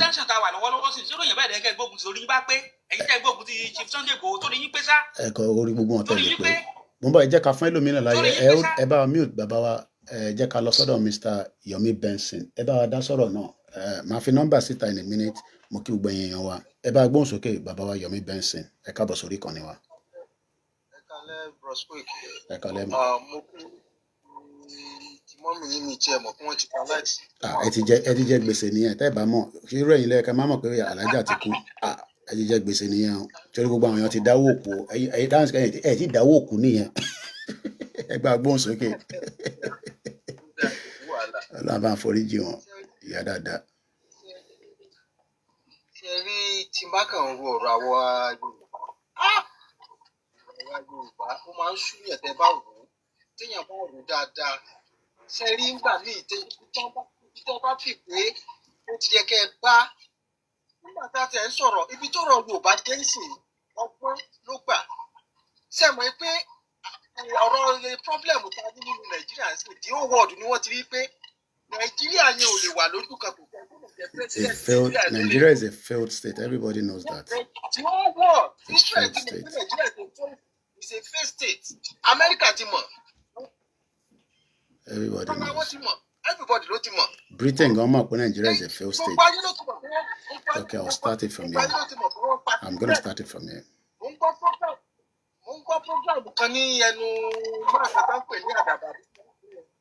Mo sọ pé gómìnà Katsina wrote a letter to the Ministry of Justice of the state.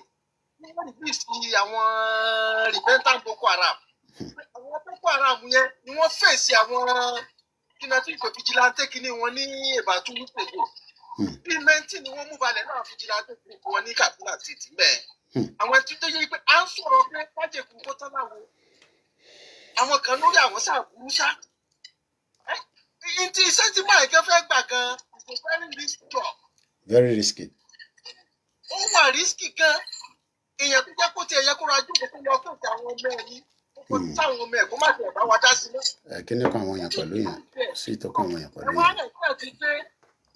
Ẹni tí wọ́n ti lé jáde tó ti wà ní exam for some years. Ẹ̀wọ̀n àìsàn ti kó dé kó máa ta. Ìtẹ̀mí tẹ̀sí máa ń blame àwọn tó ti di ààrẹ títí karaba bọ́ bá tọ́jú ẹ̀ láwọn ẹ̀sẹ̀ jẹ́ pé ẹ̀yà wa nígbà.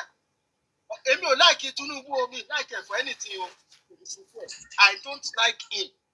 But èèyàn tó lè defend àwọn northern leaders yẹn ló jẹ́ pé ó ń dribble wọn bó ṣe ń gbá wọn wájú ló ń gbá wọn lẹ́yìn. Gbogbo ọgbọ́n burúkú ọgbọ́n ìjàpá tó wà ní ẹ̀yẹn ló fi ń dà wọ́n rú. Tí ò tẹ́ tó lè ṣe. So ẹyọ kan yẹn mo gbé fún. Tó bá dẹ̀ ní pé gbogbo kìíní yìí ká ní sùúrù. A máa gba Yorùbá nation ká bẹ̀rẹ̀ látòrí ìwé ọ̀rọ̀ security. Ẹni tó ṣẹlẹ̀ ni pé àwọn èèyàn fẹ́ ká gba Yorùbá nation bọ̀ kí security wa kó mẹ́hẹ̀ káwọn kọ́ pa àwọn èèyàn dáadáa ká tó gba Yorùbá nation. Láwọn àwọn táǹtọ̀ yìí àwọn northern state yìí northern Nigeria yìí wọ́n ti ní isba police wọ́n ti láwọn ọlọ́pàá àwọn tó ń kó àwọn tó mọtí àwọn tí ó gbà wẹ̀ ńgbà tí wọ́n ti àwọn lágbàá wọn gbogbo ẹ̀ ni wọ́n ṣe rádaràdà ni wọ́n ṣe ń bọ̀. Gbogbo ayé ló ti ní pé Nàìjíríà is many countries within a country. Bẹ́ẹ̀ni. So a lè wà papọ̀ láíláí kájẹ̀ bẹ̀rẹ̀ láti ibì kan àdẹ̀wò ara wọn kan tó ń bẹ̀rẹ̀ tí sọ pé dandan kò lè jẹ́ kíní kan ẹ wo Ọlọ́run bá wa sílẹ̀ Yorùbá. Aṣẹ́dùmarè ẹ ṣé gan ni mo dúpẹ́ mo ń bọ̀ lọ́dọ̀ yín padà tí ẹ bá ṣe bá mute ká tó gbé ó dà pé èèyàn kan ṣì wà ń bẹ̀ kó tó di pa ṣe phone line mo kí gbogbo èèyàn wa lọ́tún lọ́sì tí ẹ̀ ń darapọ̀ mọ́ wa lóòótọ́ a ní ọmọdé gbọ́n àgbà gbọ́n la fi dá Ilé Ifẹ̀ bò lórí ọ̀rọ̀ in tí agbédání tí à ń béèrè fún lákọ̀ọ́kọ́ ẹ̀tọ́ wa ni pé ká question Tinubu lórí kí ló dé tí a ṣe ń jà àwọn èèyàn wa àti ń question ẹ̀ bọ̀ láti many years àdẹ̀ tí gbẹ̀wọ́ kúrò lórí ẹ̀ a ní right láti béèrè lọ́wọ́ President Tinubu kí ló dé tí àwọn èèyàn wọ̀ lóúnjẹ tó ń jẹ lẹ́ẹ̀mẹ́ta wọn níná wọn ní security lára àwọn nǹkan tá à ń béèrè education wà ń bẹ healthcare wà ń bẹ tí a bá wá lè rí security gbà lọ́wọ́ ẹ̀ láti fi defend ilẹ̀ Yorùbá kí nìkan tó bàdé nínú ẹ̀ ìyẹn àkọ́kọ́ dẹ̀ ṣé Yorùbá nation ti kú ìbéèrè ni pé kí ló fi pa Yorùbá nation kò sí nǹkan kan tó lè pa Yorùbá nation because Yorùbá nation is the main reason tí Nàìjíríà fi wà bó ṣe wà tí Britain tó kó papọ̀ nígbà tí mò ń sọ̀rọ̀ nípa state visit ìyẹn ti President Tinubu many things were discussed during the state visit but àti rí agenda pé Britain ò fẹ́ kí Nàìjíríà kó pín ní sìn even while Tinubu is the president kò sẹ́ni tó mọ̀ yẹn because the agenda of Britain is to keep one Nigeria as long as much time that they will probably now decide that, okay, àsìkò ti tó. Right now, the Middle East is in crisis. Nigeria has a lot of gas. Maybe some of you don't know that. Gas tó ń bẹ nínú Nigeria ó pọ̀. The current situation in Iran, Qatar, Oman, Saudi Arabia means that there will be shortage of gas.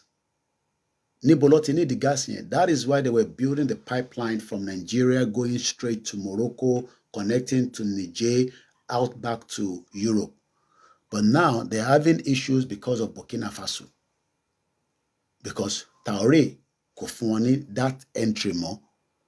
So the world itself needs a realigning and reposition. And Yoruba nation is the only reason to lè fún wa ní that kind of peace of mind. But ká tó gba Yoruba nation, how do we get Yoruba nation? Plus 44 74 04 40 5917. Fẹ́ràn tó bá fi dá sí.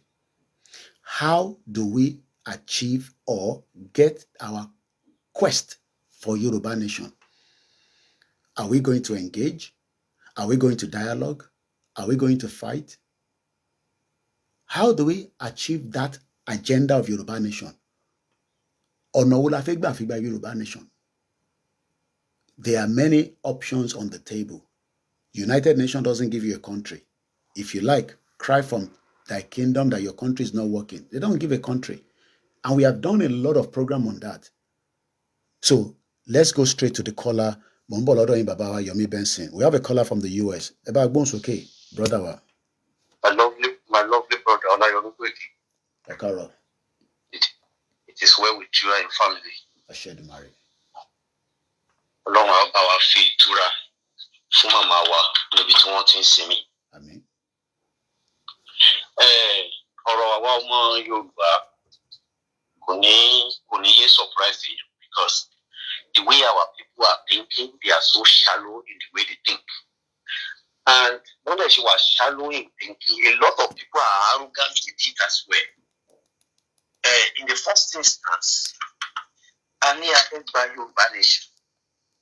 Gbogbo ọmọ Yorùbá ló ní entitled, citizenship of that nation.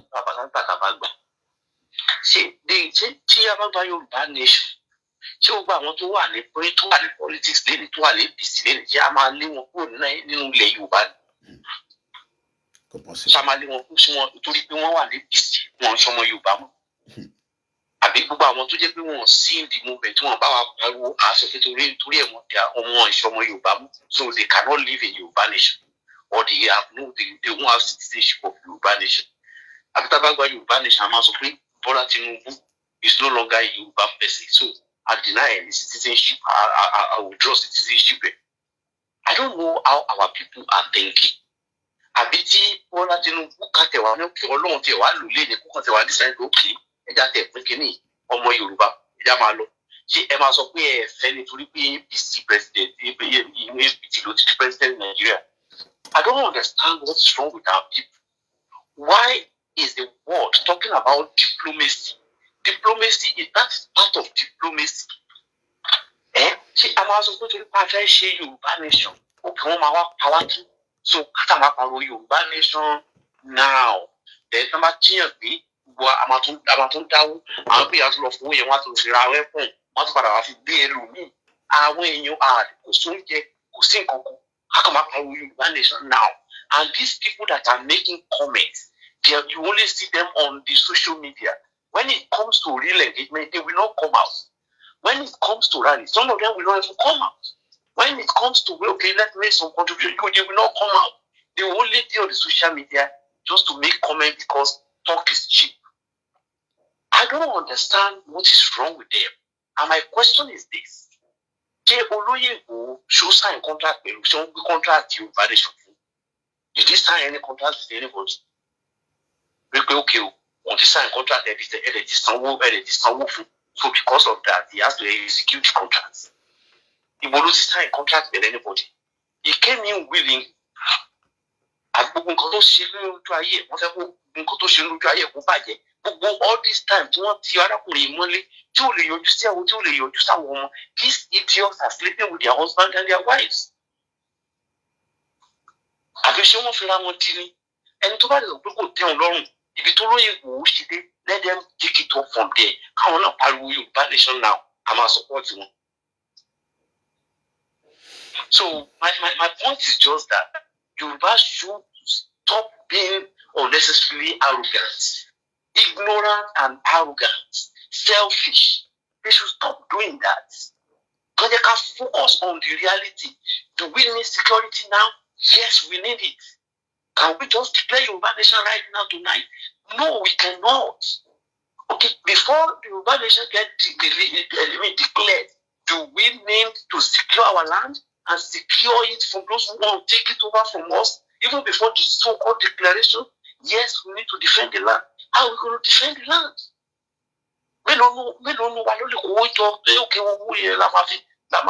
defend them. We still need to get into the government so that whatever Kamanshi, they will know at the end of the day. So it be terrorists or won't commit murder or won't commit manslaughter or whatever. So it is high time our people start thinking out of the box and stop being unnecessarily or arrogantly, ignorantly arrogant. My brother, I'm just angry with these people. Okay. With some of the useless comments. Also, God bless you, my brother. Thank you so much. Let me, Moki, brother wa tó ṣì wà pẹ̀lú wa, mo kí gbogbo ẹ̀yin tẹ́ darapọ̀ mọ́ náà lórí, TikTok and Instagram. Thank you so much. We're coming back gradually. I'm still in grief. I'm still mourning, but I still have to do the job that Eledumare has given me.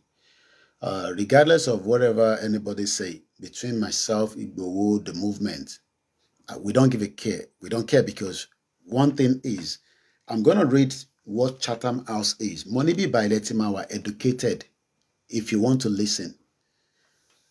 Moke Intedara Kumalori YouTube.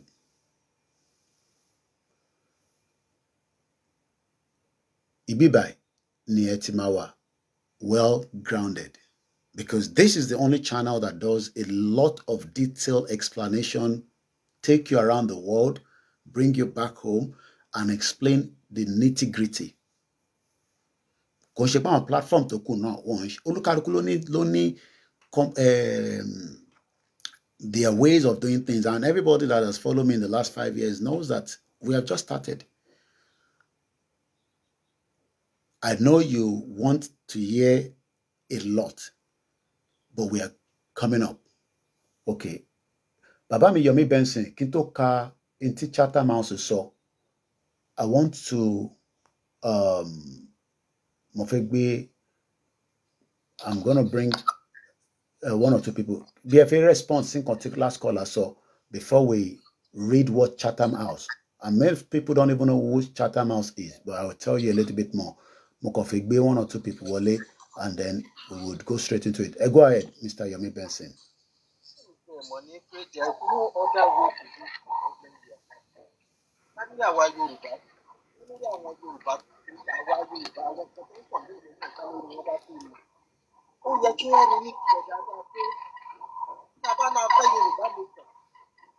This thing is a gradual process. Ọlọ́run dẹ̀ ti wá fi ọ̀nà ká ó dàbí ẹni tó fẹ́ tó bí reality ó rẹ̀ fẹ́ jọ bí ọ̀rọ̀ bí reality oúnjẹ kan security tí wọ́n fẹ́ kó ní màá lọ́wọ́ ń sìn. Ó ti yàtọ̀ sígbà tó ń decide fún ara rẹ̀ tó ń wọnú kó káàkiri ẹ̀fẹ̀ tó ń kó káàkiri ẹ̀fẹ̀ lẹ́gà ni. Òní gọ́ọ̀mẹ̀ntì fi ní pọ̀ síta fún ọkọ̀ wọn ní orí. But now that he has been given the opportunity to take over the challenge. Nígbà táwọn tó wà ní other side tí wọ́n ń ṣe nǹkan tó wù wọ́n. Tí wọ́n mú Deborah tí wọ́n sáré kọjá mọ́.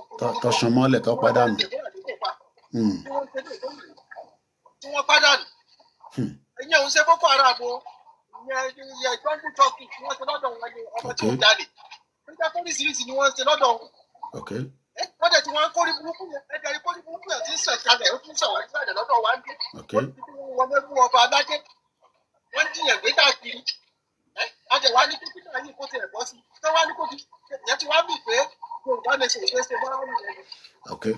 Ọ̀dà. Èmi ti sọ́ọ̀tì máa Tinubu yẹn èmi ti sọ́ọ̀tì yẹn mi ni pé ọ̀nà tó ń gbà yẹn kò sí ọlọ́run ló tiẹ̀ ní pé káwọn kan tó bá ti lọ jẹ́ ilé ìtọ́pẹ̀ ní yẹ̀rọ òbí ọ̀tún bá jẹ́ láti ẹtí gbé yẹn jáde fún ìwà tọ̀rọ̀.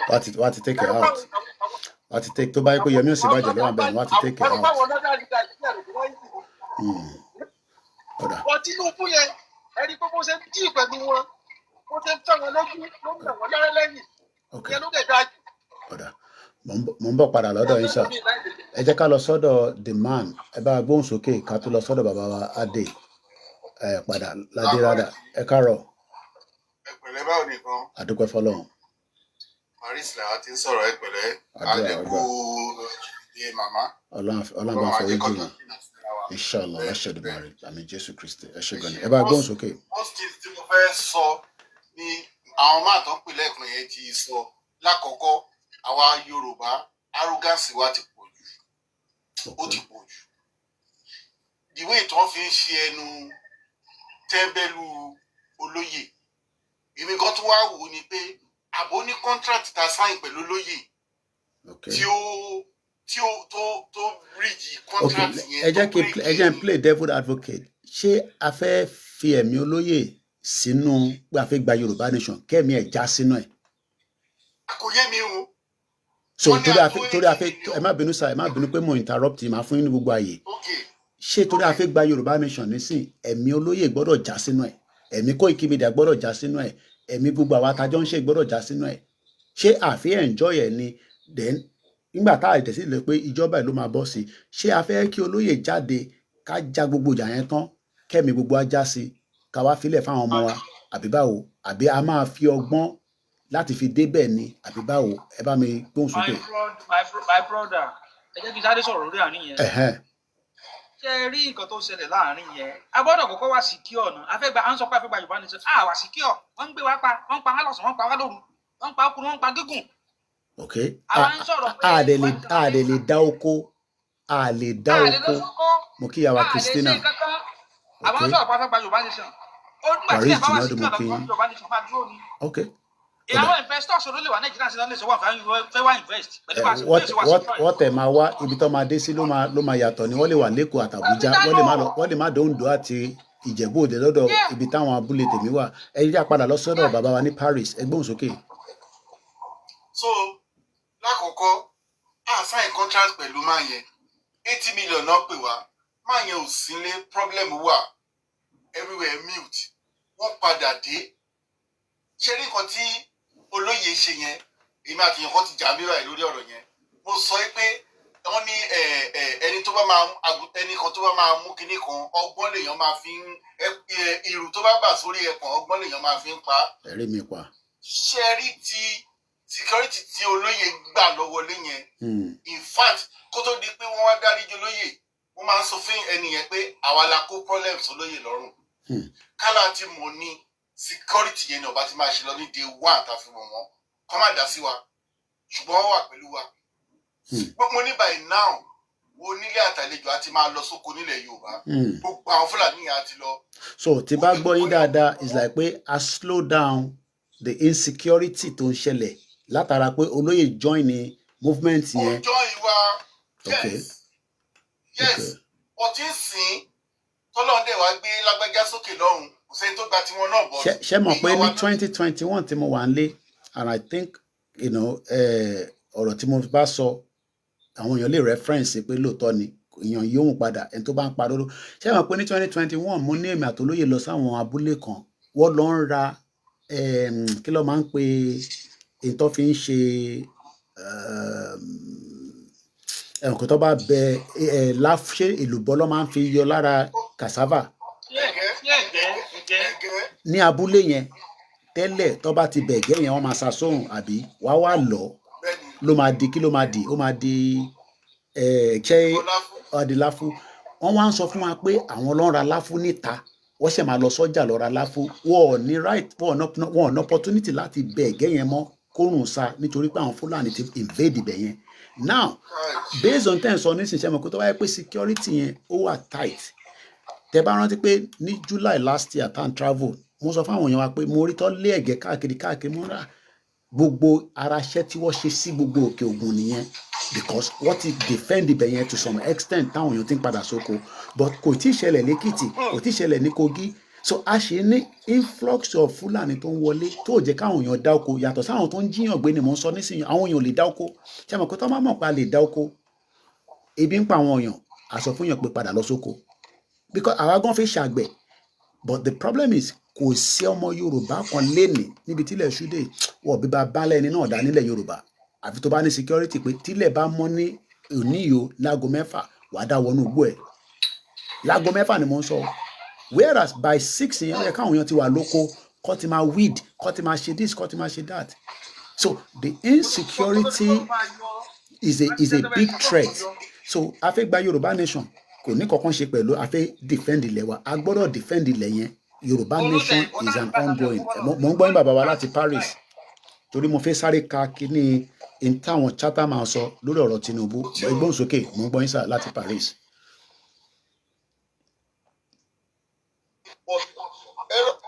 olóyè gangan wọn wá gbé security yẹn fún wọn sí ó sì sí kan tèmi àti èèyàn kan máa ń jà fún 24/7 yẹn pé security gangan ló yẹ kó lóye lọ fún kọ́sà wálẹ̀ sórí títì fún Yorùbá nation ọ̀kan máa bá a fi pòsí lábẹ́lẹ̀ so ṣé wá ní gbogbo àwọn ọmọ Yorùbá torí Yorùbá là wá tí wọ́n fẹ́ inú ẹ̀gbọ́n sí ọ̀rọ̀ olóyè yẹn arrogance àti ìlara ni mo rí bẹ́ẹ̀. àwọn ọmọ Gani ni àwọn ọmọ Gani àgbà. no ẹni tí ò tẹ ọmọ Gani rí wà bẹ́ẹ̀ because olóyè kan ló ní ilẹ̀ Yorùbá Yorùbá òun ṣe property olóyè mi àdè sign contract pẹ̀lú ẹ̀ mi wá mọ wọ́n ṣe wá gbé ogun lé lórí pé ó lọ ṣe mo gbọ́ program kan ní ìjẹta ní ẹ̀ẹ̀mẹ́ta mo wà disappointed nípa ọmọ Yorùbá bóyá ń sọ̀rọ̀ olóyè but mo rí obìnrin tó ń sọ̀rọ̀ yẹn immediately ni mo mọ obìnrin yẹn immediately. Okay.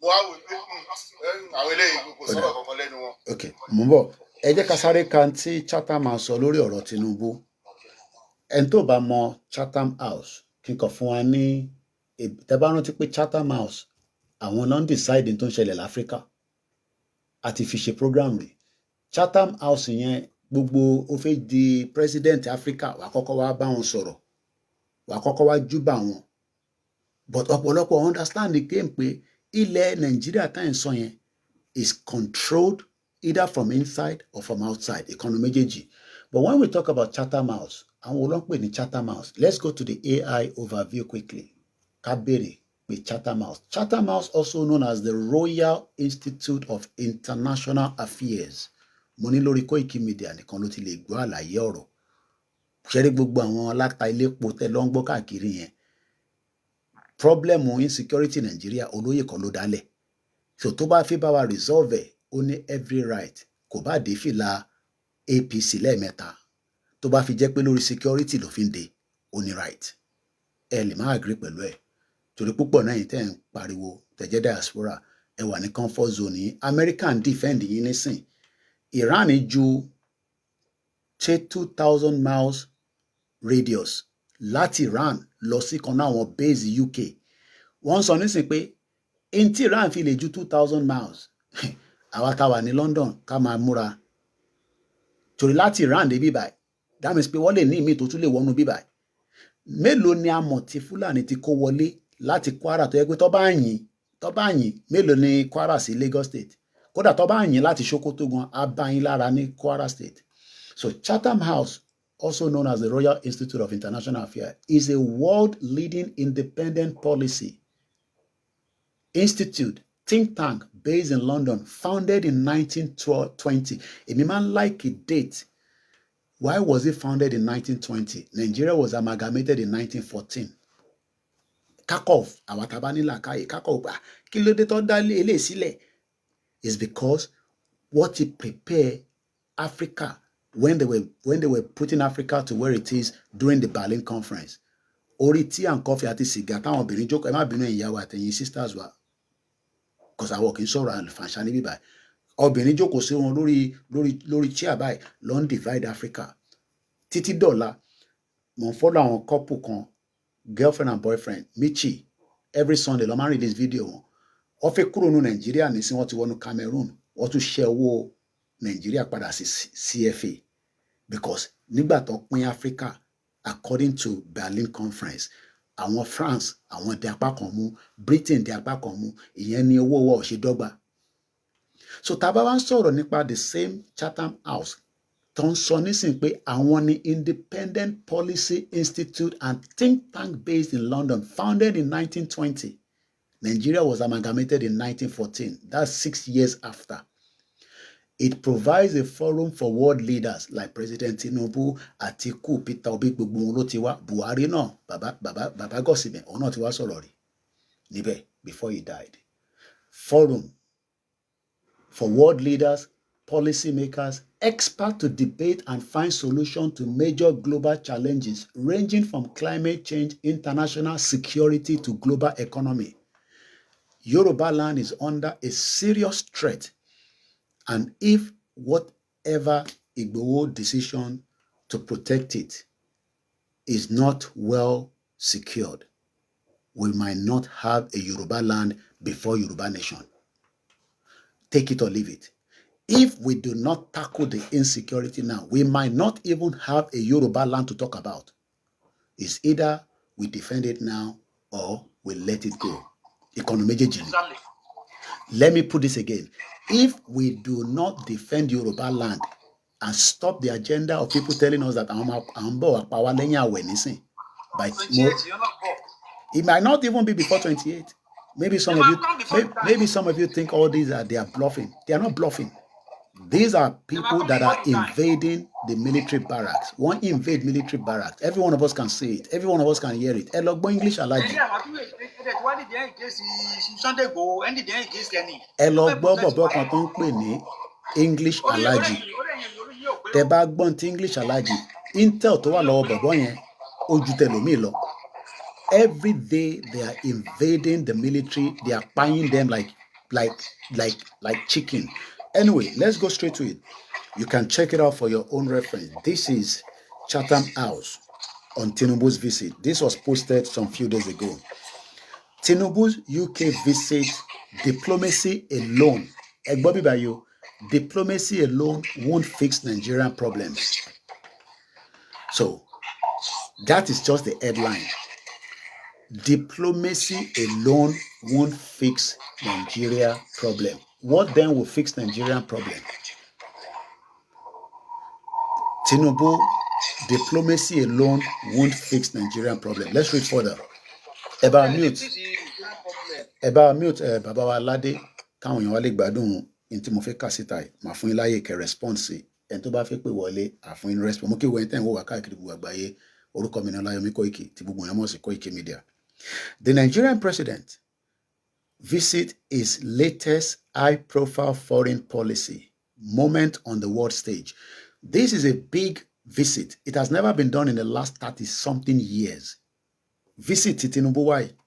Then wait. The last time somebody had such a state visit was about 30-something years ago. About 36 years, if I'm right. So it's a big deal for the people that owns Nigeria, directly or indirectly, using democracy as a way to deceive us. Because we know that the democracy in Nigeria is not the kind of democracy practiced in the UK, not the one that is practiced in America, Australia, even in Turkey. Because Turkey is going according to their own Islamic way. I have stayed in Turkey. They are running their own country in accordance to their culture. Nigeria doesn't have a culture. Nigeria is not one. But let's go further. President Bola Ahmed Tinubu's state visit to the UK this week is the first by a Nigerian leader since General Ibrahim Babangida in 1989. How many people have been born in 1989? Maybe some of us. Ẹ̀yin ọmọ Indomie tó ṣe bí lánàá lẹ wá ń béèrè lọ́wọ́ Ìgbòho pé ó ti dé fìlà APC. Ẹ̀yin mọ̀ tó ń pè ní diplomacy. Now I can curse yín. Ẹ̀yin mọ̀ tó ń pè ní diplomacy. At least I have been born before 1989, so I can talk. At least mo ti dàgbà díẹ̀. Tí n bá ìtẹ̀ tí mo díẹ̀ mo ti dàgbà. Mo wá dúpẹ́ pé ìyá tó bí mi lọ́mọ ó mọ diplomacy ó mọ tán pè ní diplomacy títí tó fi kú.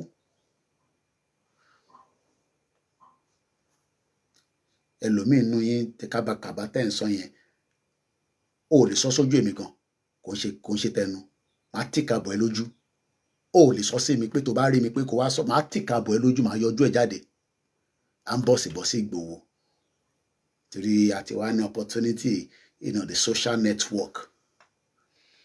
wọ́n ní Babangida ni the last person tó fún ní that kind of state visit, a military dictator. ẹ rò pé Britain stupid? ẹ rò pé wọ́n mọ tán ṣe? wọ́n rí i pé Tinubu táwọn bá wú ẹ̀ mọ́ra, káwọn fojú ẹ̀ mọ́ra, káwọn fún lọ́yàn mu kó wá jẹ tọ̀ìtọ̀ì. Do you know what state visit is? ẹlòmíì ọmọ tán pè ní state visit. ẹ̀yin oníranù èyí tẹ̀ dá kankan mọ̀. ẹ mọ tán pè ní state visit. Do you know the importance of the state visit? Another topic for another day. Let me repeat again. The last person to fund this kind of state visit was when Ibrahim Babangida ti wà lórí wheelchair nísìn. Kò ń ṣe pé kò lè dìde lórí ẹsẹ̀ mọ́ tó máa fi jáde láyé. Orí ìjókòó yẹn ló máa wà lórí wheelchair. The same Babangida ṣe mú ara tí Babangida dá sílẹ̀ Yorùbá. Ta ló pa MKO Abiola? Kò ń ṣe Babangida náà ni. Yan máa lè. Ta ló pa MKO Abiola? Kò ń ṣe Abiola ló mú Babangida wọ gbogbo ilẹ̀ òòṣà tó ń sọ oríṣiríṣi tá gbọ́. Ta ló pàdánù? So tó bá lè pa Babangida, mélòó ni Tinubu? Tó bá lè pa MKO Abiola, mélòó ni ara Tinubu? Mélòó ni ara Tinubu tí wọ́n lè take out? Mélòó lára ẹ̀? Mélòó lára Tinubu mò ń béèrè lọ́wọ́ yín? Wá take Tinubu out. Ẹ fẹ́ sọ̀rọ̀ kan sà? Tẹ́ bá fẹ́ interject ẹ lè sọ̀rọ̀ màá kọ́ mute ara mi. àwọn tó kàn máa kọ nǹkan tí wọ́n rí. mo ti ẹ má wọrí mo ti gbá wèrè dànù. àwọn àlè àwọn ọmọ tí bàbá ò lè jẹ oúnjẹ mẹ́ta tí bàbá ẹ fi jáde láyé. My mother died even in dignity in London. mo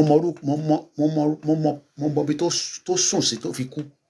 mo wà ń bẹ́ẹ̀ ni kò ṣe pọ́ sọ fún mi. èèyàn máa lè tẹ́ pé òkú yín ráre lójú títì ó pa àbí ọ̀rẹ́ Anthony Joshua òkú ọ̀ráre lójú títì.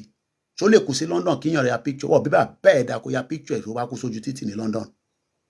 ṣé èèyàn lè kú lójú títì ní London nísìn kí n wá gbé fídíò kí n lọ máa pick èèyàn máa lè idiot all over the place, bomb bastard. èèyàn máa lè ẹgbẹ́ ni chọ̀chọ̀chọ̀chọ̀ ń sọ̀rọ̀ sí Ìgbòho. Idiot all over the place. Ta lẹ́yìn? Babangida ṣì wà láyé. òun ni kò jẹ́ ká jèrè MKO Abiola. ó máa dá kò ní dá fún wa àmọ́ torí Abiola ò débẹ̀. ó máa ṣe dáadáa sílẹ̀ Yorùbá kò ní ṣe dáadáa wọ́n ò jẹ́ kó débẹ̀. àwọn wo ni? Diplomacy náà ni. so tó bá wá fi diplomacy tó fi pa Abiola dànù ẹ jẹ́ káwa náà fi diplomacy ká fi wọlé sí wọn lára. Idiot all over the place. Can't understand between +1 + 2 ọ̀nà òde fìlà APC tó yẹ pé gbogbo tó kù lọ́ra APC nísìn tí Tinubu bá ti ṣe tán ni ẹgbẹ́ yẹn máa fọ́ dànù. gbogbo tó kù lára APC Tinubu ló sì dì mú. lẹ́yìn Tinubu ní sí APC fọ́ dànù. ẹgbọ́n kankan wọn nípa PDP wọ́n bára wọn jà burúkú ni. bọ̀tẹ́ ní làákàyè torí o ti ra data 3 pound àbí torí ẹni data l'Amẹ́ríkà ẹ̀ máa control Ìgbòho. báwo lẹ ṣe fẹ́ control ẹ̀? ṣẹ́yìn ni dáàdi ẹ̀ bẹ́yìn ni mọ́mí ẹ̀. ìyá ẹ̀ kú sórí ìrìn àjò yìí ni ìyá tèmi náà ti kú sórí ìrìn àjò yìí. ẹ̀yin lẹ máa sọ tá máa ṣe fún wa. ṣẹ́yìn lẹ máa sọ tá máa ṣe fún wa. Idiot all over the place. King Charles, I'm sure tá bá lọ wo age ẹ̀ ní 1989 ìyá ẹ̀ ló ṣì wà láyé níjọ́ náà lọ́hùn. So that means pé ìyá King Charles ló invite Babangida wá. kí ló dé tó ṣe fún Buhari ní state visit? kí ló dé tó ṣe fún Jonathan ní state visit? ṣe rò pé àwọn òyìnbó stupid ọmọ tó ń ṣe. èmi fẹ́ gbé yín padà wá sí bíbá ilé mi ò kí ní kàn mí pẹ̀lú tó ń lọ́nu Nàìjíríà. ìbíbá ilé mi gbé mo mọ bó ṣe ń play game wọn. yà fún ní state visit kó wá jẹ tọ̀ìtọ̀ì ká sọ fún pé tiẹ̀ là ń ṣe ká sọ fún pé Tinubu tiẹ̀ là ń ṣe bọ́ ọ̀rọ̀ Nàìjíríà jẹ́ kó ṣì máa lọ bó ṣe ń lọ yẹn. Hosted by King Charles III, God bless the king. Bó bá wọn ẹ̀kọ́ bu ibà ilé mi ń gbé àwọn ló ń tọ́jú èmi ní bíbà ibà mo ti ń san tax.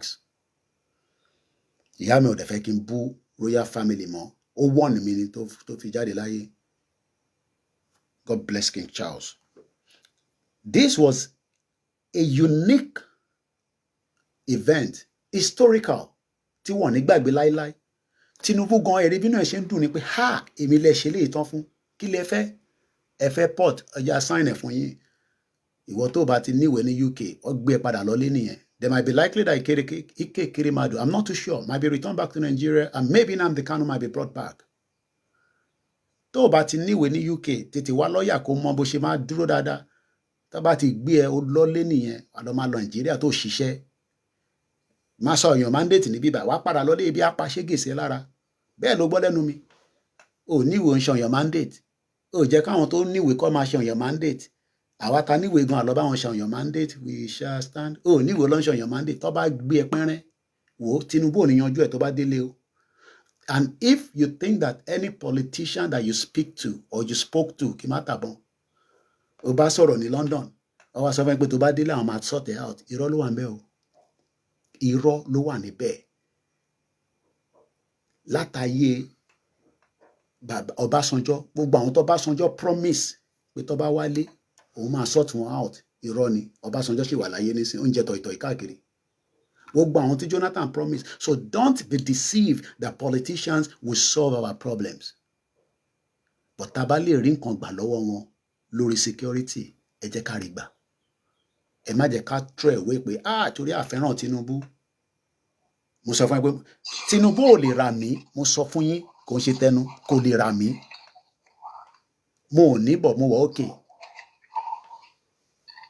Ṣèyí Tinubu ò lè rà mí kò sí tó fẹ́ gbé sílẹ̀ tó fẹ́ fi rà mí mo ti kúrò Nàìjíríà ìyà ò jẹ mí so ṣé ká kọ́ ìyá mi nìkan nìyẹn ló ti lọ nísìn gbà mí mo kọ̀ wo gbogbo aṣọ gbogbo nǹkan tí ìyá yìí fi sílẹ̀ ìyá yìí ti kú náà nìyẹn abájọ tó ní tíyàn bá kú mo rí ìyá mi nígbà tó máa tó fẹ́ sin mo rí face to face báyìí pé nígbà tó ń gbé wọnú ilẹ̀ nígbà tó wọ̀ ẹ̀ fún tán wọ́n pè mí ẹ̀gbọ́n mi pè mí pé kí n wá wo ojú ẹ̀ last kó tó di pé wọ́n máa faṣọ bò lójú ò ní ṣoríire ìwọ tó bá tún sọ̀rọ̀ sí mi ò ní bàbẹ́ ò ní kúre bàbẹ́ ò ní kúre ìyá ò ní kúre níbi tó bá wà ọmọ àlè pump bastard mo ti dé sí yín lọ́rùn padà ẹ ní ṣoríire olè ní Koiki olè ní bàbá ẹ̀ kò mú prove wá pé Ìgbòho gbowó lọ́wọ́ Tinubu àbí Koiki gbowó lọ́wọ́ Tinubu wọ́n pè mí náà ṣe ti bá wa lọ náà tí ẹ ṣe máa sọ náà nìyẹn pé mo ti gbowó wọ́n pè mí pé kí n wá attend gbogbo event ọwá ṣe London kí mo fẹ́ fi ṣe ebi ń pa mí ni èlé lọ́ fẹ́ fún mi òun náà là ń gbọ́ pọ́nà fáwọn kan ní £150 wá jẹ́gẹ́ bí owó à ń sọ̀rọ̀ lẹ Yorùbá nísìn èèyàn máa lè èèyàn ọmọ tẹ́ ẹ̀rọ lárí 1992 nìyá tèmi kúrò Nàìjíríà ó rí future pé kò sí nǹkan kan tó lè tọ́jú àwọn ọmọ òun àwọn ọmọ ló ní passport tó wà lókè yẹn nísìn ohun mi náà káwa náà ní passport tó máa ṣiṣẹ́ passport Nàìjíríà ò lè gbé ẹ lọ anywhere Tinubu dẹ̀kọ́ ló ní problem yẹn Nàìjíríà ti wà lábẹ́ ìgbèkùn for many decades táwa ṣe ń pè light sí lójú púpọ̀ ní tẹ̀ ní pátá nídìí ẹ̀wọ̀n bus corner káàkiri. Let's continue mo ń bọ̀. This is a state visit. Is the UK highest level of diplomatic. Tẹ́ bá ń gbọ́ the highest ní gbogbo. Do you know that ẹ̀gbọ́n mi ṣẹ̀ṣẹ̀ wà ń bẹ̀ ṣe mọ̀ pé Donald Trump was happy to get a second state visit. Queen Elizabeth fún ní state visit nígbà tí Britain fẹ́ gba nǹkan lọ́wọ́ America wọ́n fẹ́ gba nǹkan lọ́wọ́ America bí olóyè náà ṣe fẹ́ gba nǹkan tó dé fìlà Tinubu ẹ̀yàn ọmọ àlè Britain sọ fún America pé àwọn máa fún Trump ní second state visit. It has never been done in the history of UK because fún any state visit lẹ́ẹ̀mejì. Who the hell are you?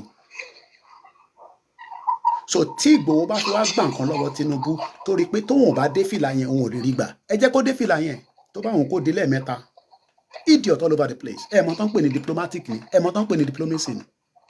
Eré lẹ pè. Mr. Koiki, Mo gbọ́ yín. ṣé ẹni tó ṣe wà ń bẹ̀? Ó ní láti àwọn èèyàn wa. Wàá ṣe eré Ayọ̀mí kún dámì jù mórí ẹ̀ ń bẹ̀. Àwọn kan ọpọlọ wọn ti gbálẹ̀.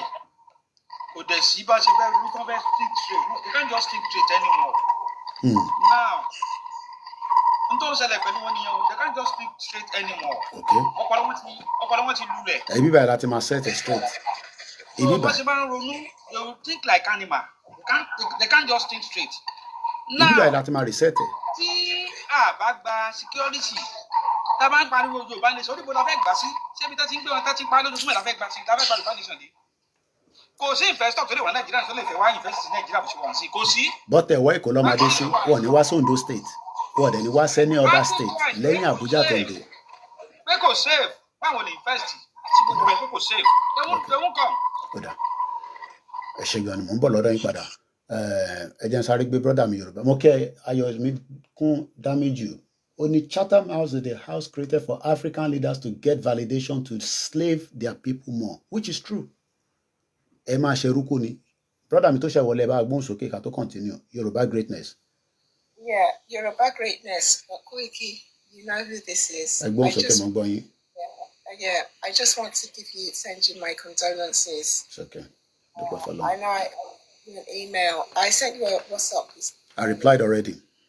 Yeah, okay. So, my thoughts are with you. Thank you. And may your mom's blessed soul rest in peace. Amen. She was one of my most favorite persons, so I'll always remember her.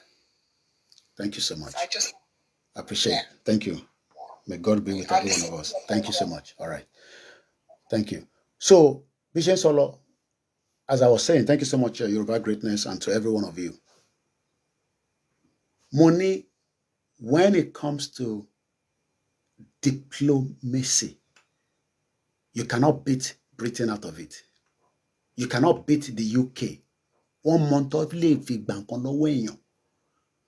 they wanted to get something from Trump. And they knew that the only thing they can give him again is another state visit.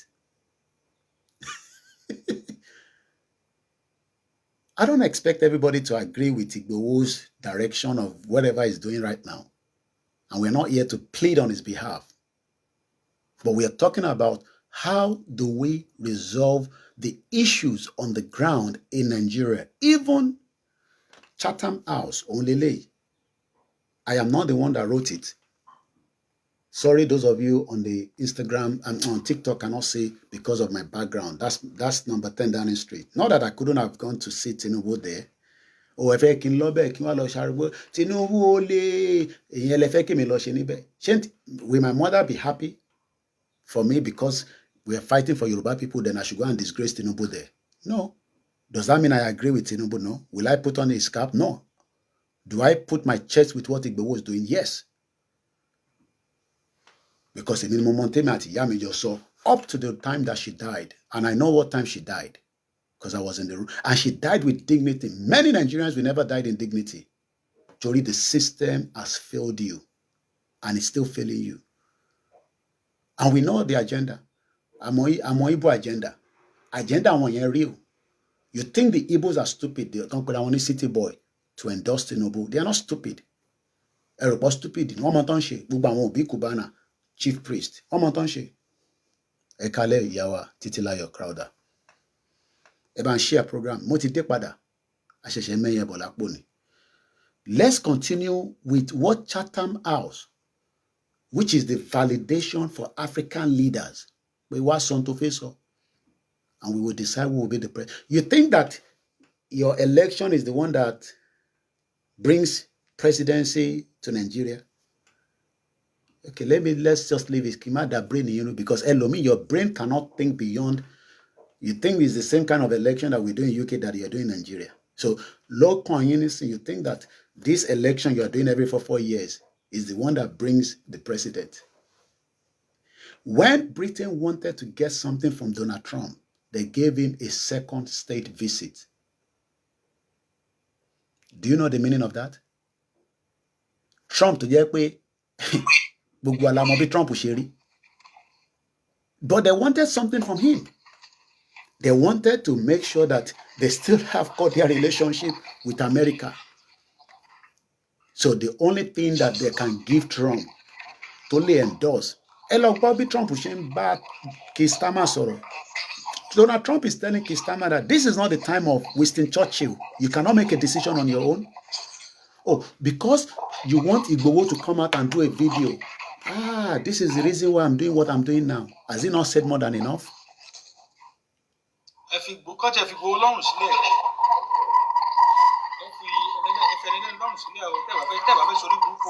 So let's go further quickly.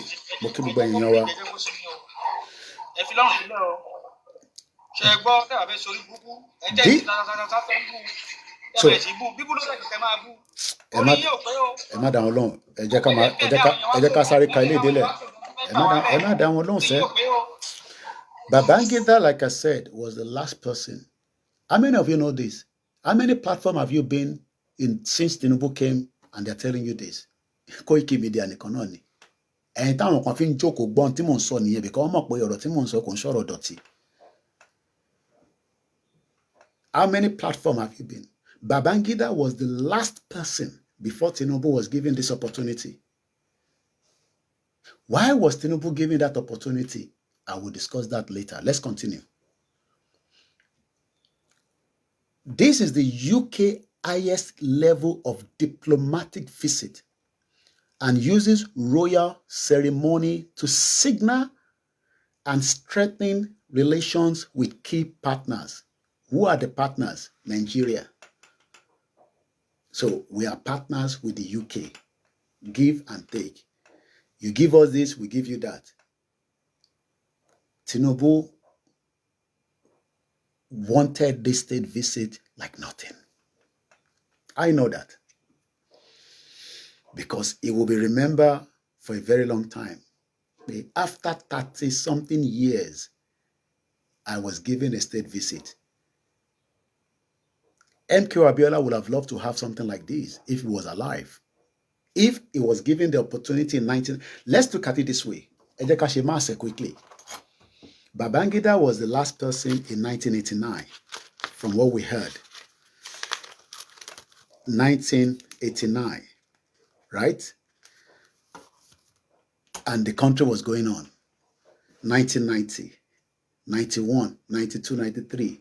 In the next 4 years, by 1993, Abiola would have enjoyed this state visit. I bet my life Queen Elizabeth, late Queen Elizabeth, would have given MK Abiola the state visit. But what happened, I don't know. Kilo Shele.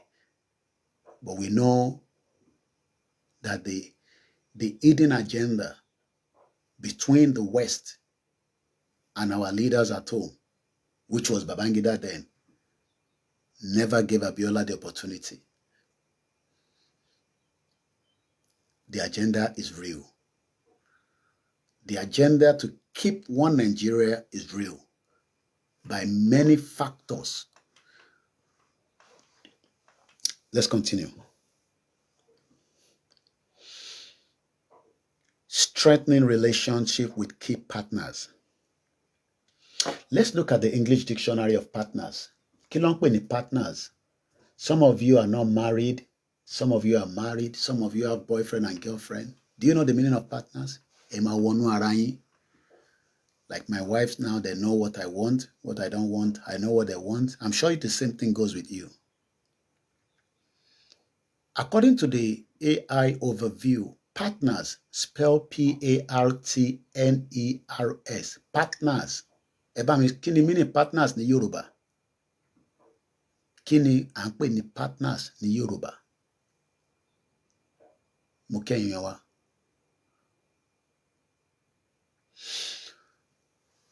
Partners are refers to individuals or entities. Àjọṣepọ̀. Àjọṣepọ̀ wo ni ó wà láàrin àwa àti olóyè? Ta fi ń sọ pé olóyè gbọ́dọ̀ kú sórí ọ̀rọ̀ Yorùbá nation nìkan kó fi security sílẹ̀. Kí ni àjọṣepọ̀ tí olóyè fi darapọ̀ mọ́ APC? Ó ní ṣe pẹ̀lú security. Partners. kò dìgbà pé ọba ní olóyè ó yá àfún ẹ lówó gbà àti rẹ̀, but àjọṣepọ̀ pé wàá dé fìlà APC o but n tó ń fẹ̀yìn àfún ẹ olóyè dẹ̀ sacrifice rẹ̀, ìbáṣepọ̀ ẹ ṣe gan ni. ṣé ìwọ ló máa dé fìlà APC tó máa gbé security fún? Relationship. Gani Adams tó ń pariwo yẹn ó mọ̀ pé Tinubu ò ní dáhùn lóhùn, he knows that because Tinubu and Gani Adams ọ̀tá ayé àtọ̀run ni wọ́n bá ṣe gbọ́. I don't know how true it is, but they don't have cordial relationship. And you must have cordial relationship before something can be given to you. You want to get Yoruba nation. Who is going to give it to you? How do you want to get it? By crisis? By diplomacy? Ṣòwòrẹ́ gan tó náà fẹ́ revolution, ó ti rí revolution tó ń ṣẹnu chapachapa sórí ọ̀rọ̀ lóyè. Can Ṣòwòrẹ́ call for revolution and people are going to answer him? Ṣòwòrẹ́ will never be the president of the Federal Republic of Nigeria. Kò ṣe pé nobody's going to vote for him. Even if you go and join APC, Ambosi kò no one join APC. But Ṣòwòrẹ́ also was happy. The video is in the public domain when Buhari came to power. Àbúrò pati gbàgbé. Ṣòwòrẹ́ was excited. The video is in the public domain.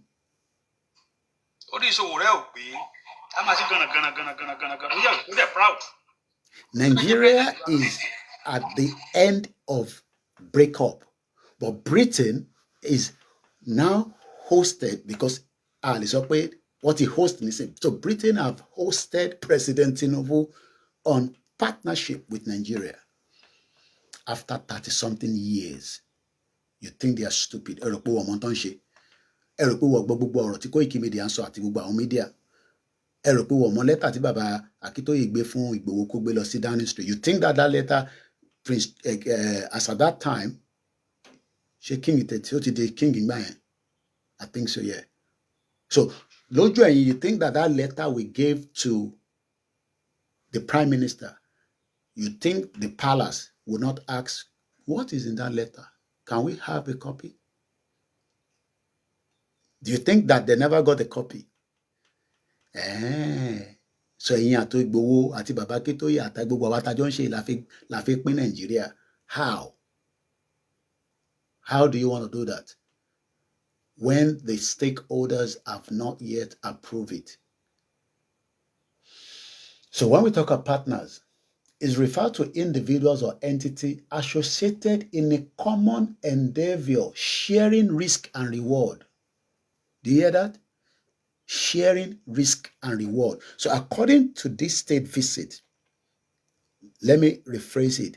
King Charles hosted President Bola Tinubu on the UK highest level of diplomatic visit, using all the royal ceremony. Look at the car.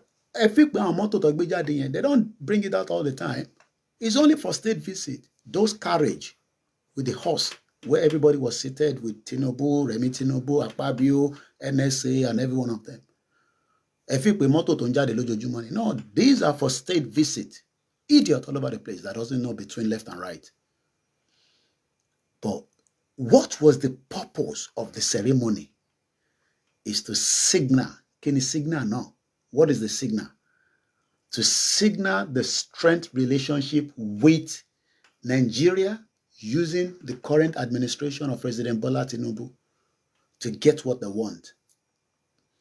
You think that whatever they're showing us in the public domain on the TV, they are signing this. What about the one that they've signed that we don't know behind the curtain? You think they'll tell you everything? You think it works like that? So let's move forward. The purpose of this Chatham House is that even with all these things, Tinubu's UK visit, diplomacy alone cannot solve. So if diplomacy alone cannot solve the problem of Nigeria, what do we do then?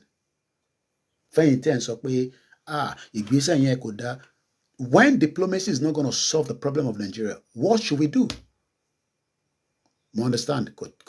No problem. Let me ask you all. When diplomacy, according to Chatham House, will not solve the problem bẹ́ẹ̀ ni partner ẹnì kejì ẹ ṣé gan ni sir. Mo kí gbogbo ẹ̀yin tẹ́ jẹ́ wà lórí ètò. Please do not pick my video and drop it on your channel as if and then retitle it. Oh, Koikimedia. No, please. Leave my video in my page. If you use my video, we're going to flag it down.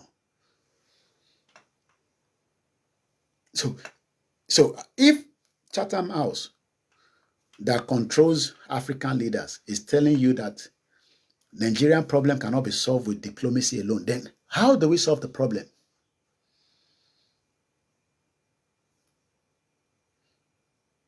Báwo la ṣe fẹ́ solve problem here? How do we solve it is what we have been deliberating. Split this country. Let everybody go their separate ways, and then we can then regroup as people. But ẹ̀yin kan sọ pé ẹ fẹ́ bẹ́ẹ̀. Ọ̀rọ̀ olóyè lẹ wá mú. Ṣé olóyè ló dá problem Nigeria sílẹ̀? Ṣé olóyè ló dá problem Nigeria sílẹ̀? Let's go further quickly because we have done a lot. And I think we just do maybe our standard 3 hours and then we end it in a minute. So let's go further. So I'm just giving you the understanding, an explanation so that you can understand that no matter what you want to do in life, you will go into some kind of diplomacy. You think that America will conclude that war with Iran?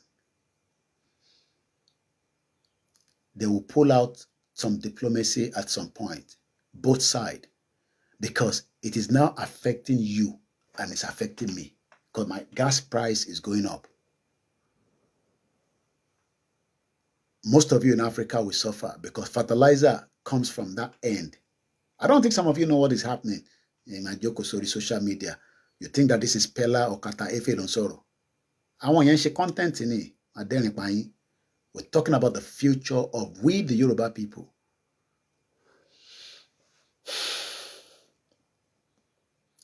It has been framed in Abuja. The presidency knew that this is a landmark moment showcasing the unique bond. What is the bond?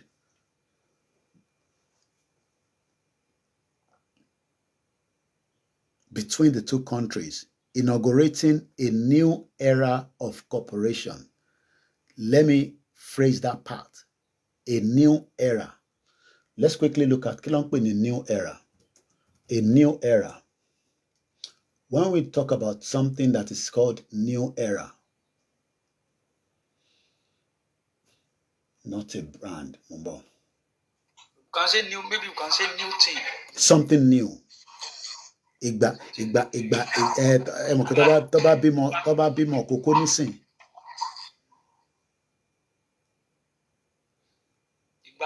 Igba tutun. Nkan tuntun. Everybody likes brand new stuff, not like second hand that most of you are buying in Nigeria. You buy second hand car that has been damaged, that has been fixed. You buy second hand pants. When you put on something new. So Britain wants something new after 30-something years. Kí ló dé tó ṣe pé Buhari kọ́ fún ní state visit? Why Tinubu? Why did they give Tinubu the state visit? Could it be because we have been asking for our right to self-determination because of the fraudulent 1914 amalgamation that was put together by the same country called Great Britain? Because before we were merged into what we call Nigeria today. And you think that pulling out of that country like that will be as easy as sitting on social media like this?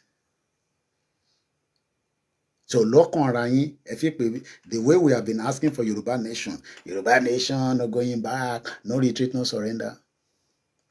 Britain needs to secure their future, and they need that partnership, that bond, that new era between the old wine and the new wine. Do you think that Tinubu will give you Yoruba nation? Maybe not. But if we can get security from him, why not? Do I believe, me personally, that Tinubu will give Yoruba nation? I don't think so. I don't believe so. But èmi ò ṣe ọba Elédùmarè, mo ń ṣe Ọlọ́run. Bí Ọlọ́run bá kó sí nínú. But lórí security, yes. Because we have already seen the signal. If we don't see the signal, Igboho will not have returned back to Nigeria. It's as simple as that. Whether that will now be completed, because you can't give somebody security, there must be a budget for it. You must have a budget. Ẹ fi pé àkànmá ní Ìgbòho yá lọ máa defend ilẹ̀ Yorùbá. Ṣó owó ẹ̀ náà ló tún máa lọ máa fi defend Yorùbá? It doesn't work like that.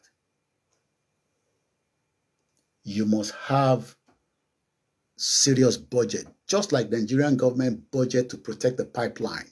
Billions of naira. Yes. It's going to involve a lot of money. Inú owó yẹn ló ti máa employ some of you. Then wo mi lé ní nísìn. Ẹlòmíì nísìn bó ṣe ń bú Ìgbòho nísìn tó ń pariwo. Tó bẹ́ẹ̀ bá délé tán nísìn lọ́wọ́ máa pe Koikimedia. Báwo lèmi náà ṣe máa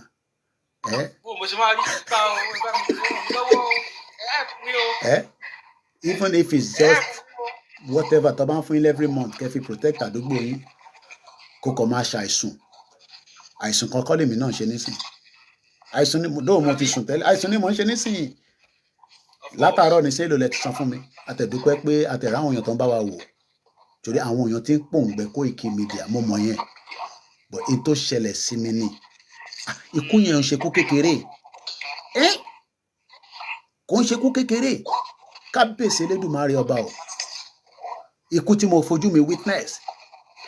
La ilaha illallah Muhammadu Rasulullah sallallahu alaihi wasallam. Kábíyèsí. Àṣẹ mi máa ń bọ́ lára èèyàn. Ọmọ àlè ó wá ń pè mí lólè. Ṣé màmá àti bàbá bẹ́ẹ̀ ló gbé mi kúrò ní Nàìjíríà ní 1998 tó fi ń pè mí lólè? Àwọn mi ò lọ́pọlọ. Èèyàn máa lè. Sórí omi tí mò ń mu, sórí omi tí mò ń mu nínú ilé mi lélẹ̀, sórí mo ṣẹ̀ máa ṣe ni. Volvic ni mò ń mu, mo ò mú omi táàpù rí lájọ́ tí mo ti dé ìlú yìí. Èèyàn máa lè. À ń sọ fún yín pé Nàìjíríà ò ṣiṣẹ́, kò mí pé a ní wá defend ilẹ̀ wa tàbá ní láti gba security lọ́wọ́ Tinubu. Sòkè mi jáde nísìn, èmi Ọláyọmí Kóìkì kí n jáde. Now, pẹ̀lú tension tó wà lẹ́yìn sí ẹ̀rù ń bá everybody pé 28 wọ́n lè wá before the time wọ́n lè sún síwájú.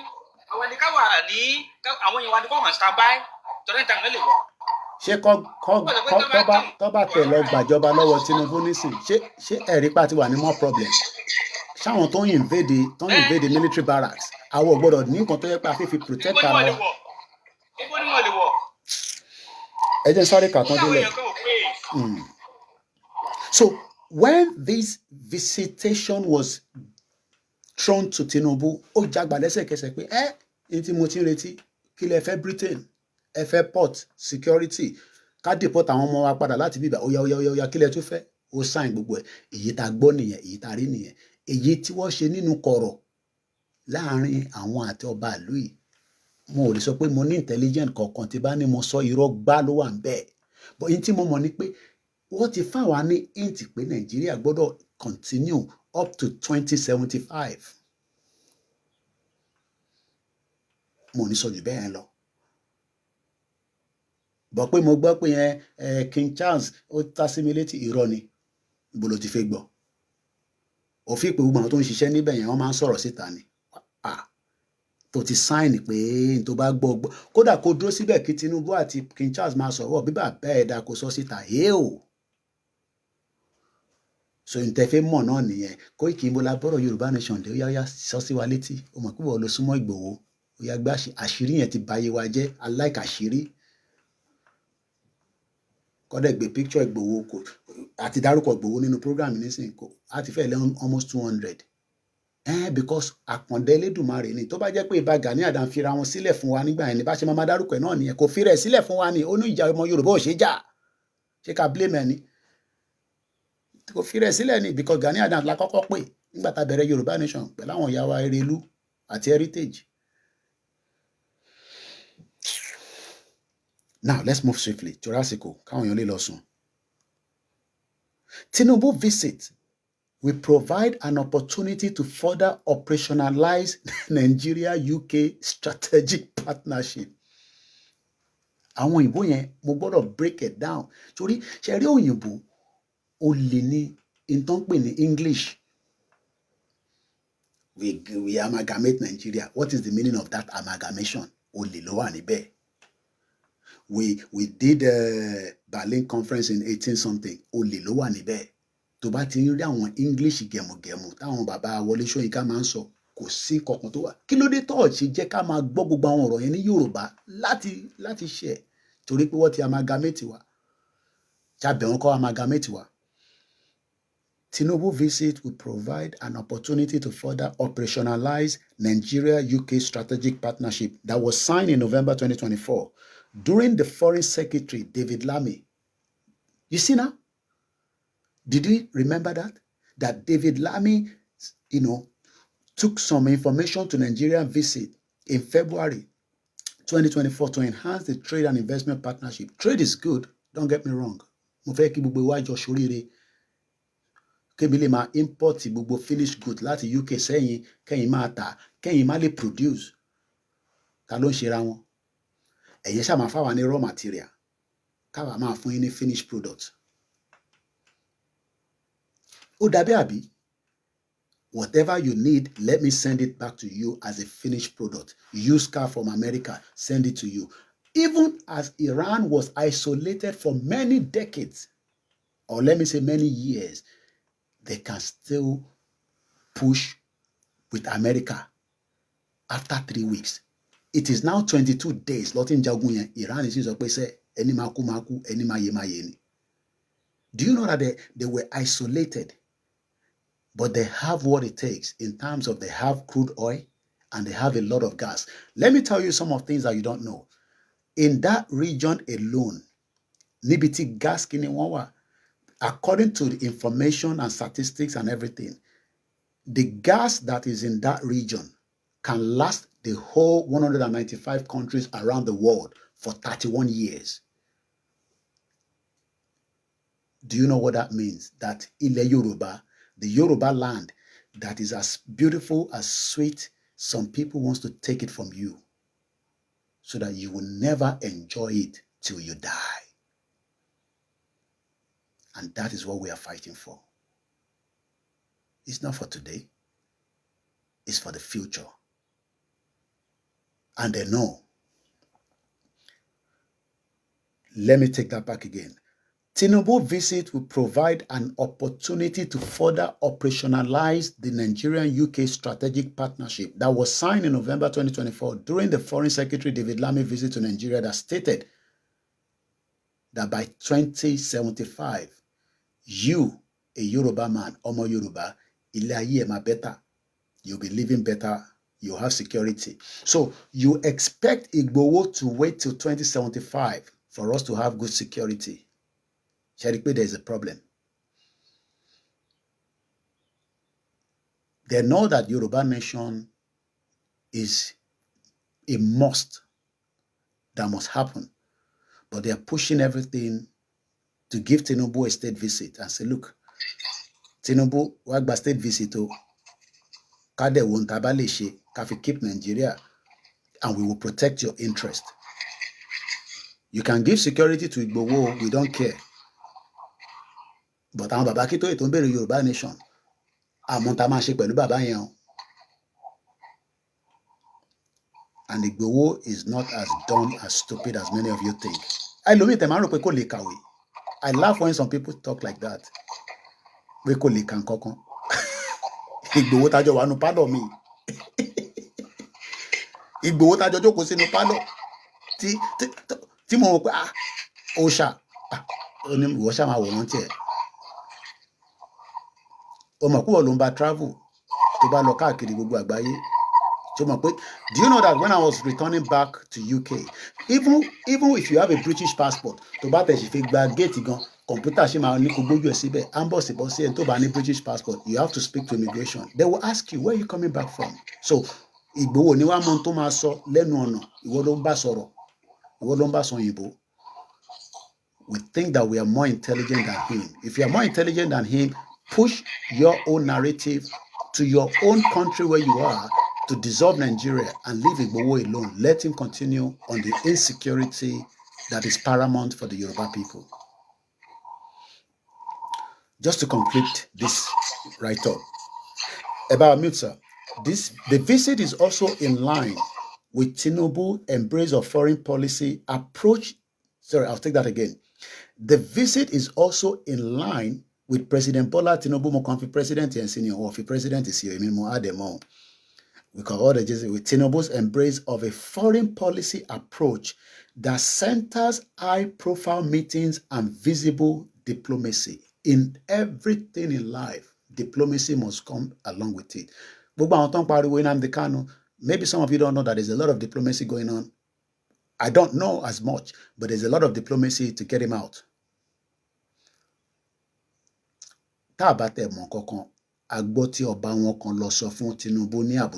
I think about 2 weeks ago, if not last month, that if you don't like Nnamdi Kanu in Nigeria, returning back to Kenya or London, is Nnamdi Kanu will be brought back to London with the new immigration or migration that has been signed by Britain. Let me quickly read that to you and give you an update. According to the information that was published on the UK www.gov.uk, and you can just type this headline on Google, new UK-Nigeria partnership to speed up removals. So as they are going to remove you for not having this legal status to be in the UK, they might also bring back Nnamdi Kanu or some British citizens that are in Nigerian prison, because I don't expect Nnamdi Kanu, a British citizen, to be in Sokoto prison. He can come and be in the UK prison if that arrangement is done with proper dignity and human rights. Do I agree with Nnamdi Kanu kidnap rendition? No. Do I care what the Igbo people or the Biafra say about Igbo? What the hell are there for me to come and be? Well, are we one? Down alone in one of my videos. You can go and watch that on my YouTube channel.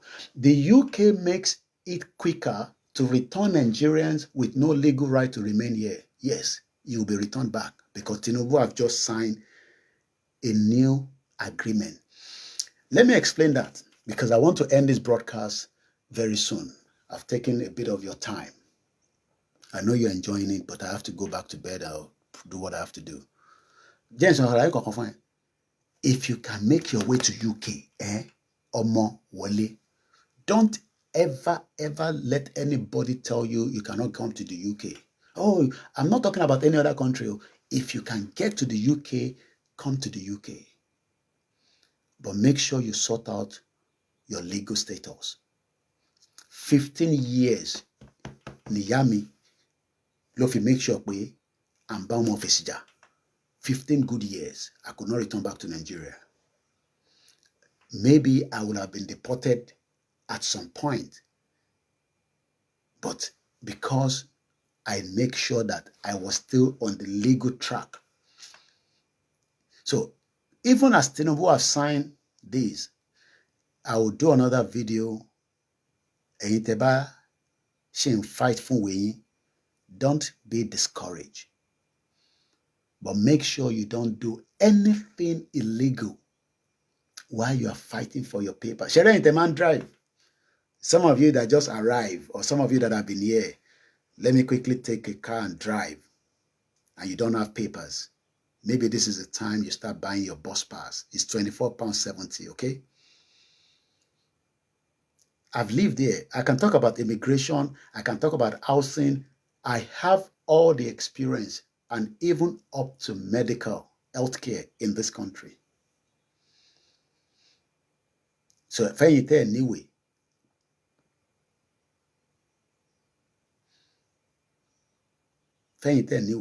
APC have their people that talks on their behalf. Igbowo is doing his own bit. If you are not pleased with that, we cannot help you. I will do another video. But whoever to Bangbeni UK, don't let this new Tinubu agreement with British to deport. You know what they're going to do now? If they're going to deport you, they will not need any traveling emergency certificate anymore. That was one of the big problems they were having. They will not be able to issue one before, but now you will be deported back to Nigeria without one. But I pray it will not be so for those of you that have your loved ones here. Thought anyway. Do I agree with that? No. But that is what they call give and take in immigration rules. But don't live in a country, in the UK or any country, tó níwèé, ìwọ náà wá lọ ń ṣe àwọn nǹkan tí kò jẹ́ kó ṣe. Tó bá ti gbé ẹ. Let me say something. Avoid anything that can take you to the prison. The moment you go to the prison, you are likely to be deported. The moment you go to the prison, you are likely to be deported under this new arrangement. I pray so not. Let's go further. According to the UK government, the latest development between Nigeria and UK partnership, I've explained ìbáṣepọ̀, àjọṣepọ̀, relationship. I've explained all that to us, what it means. The UK makes it quicker to return Nigerians with no legal right to remain. They have now made it quicker. That means if you are picked up, I have been detained before during when I was, fighting for my right to remain in this country. I was taken to an immigration removal center. I spent a couple of weeks there. But when all the verification was done, they realized that there was a mix-up somewhere and I was released, but not until after some weeks. Because Senator lè immigration from in the UK because it is something I personally have passed through. God bless my mother memory. Amen. It's not something that is very easy. Immigration is Immigration. not something that is very easy. Immigration. It's not easy. It's not easy. I was picked up just because I was going to help somebody that doesn't have a full driver license.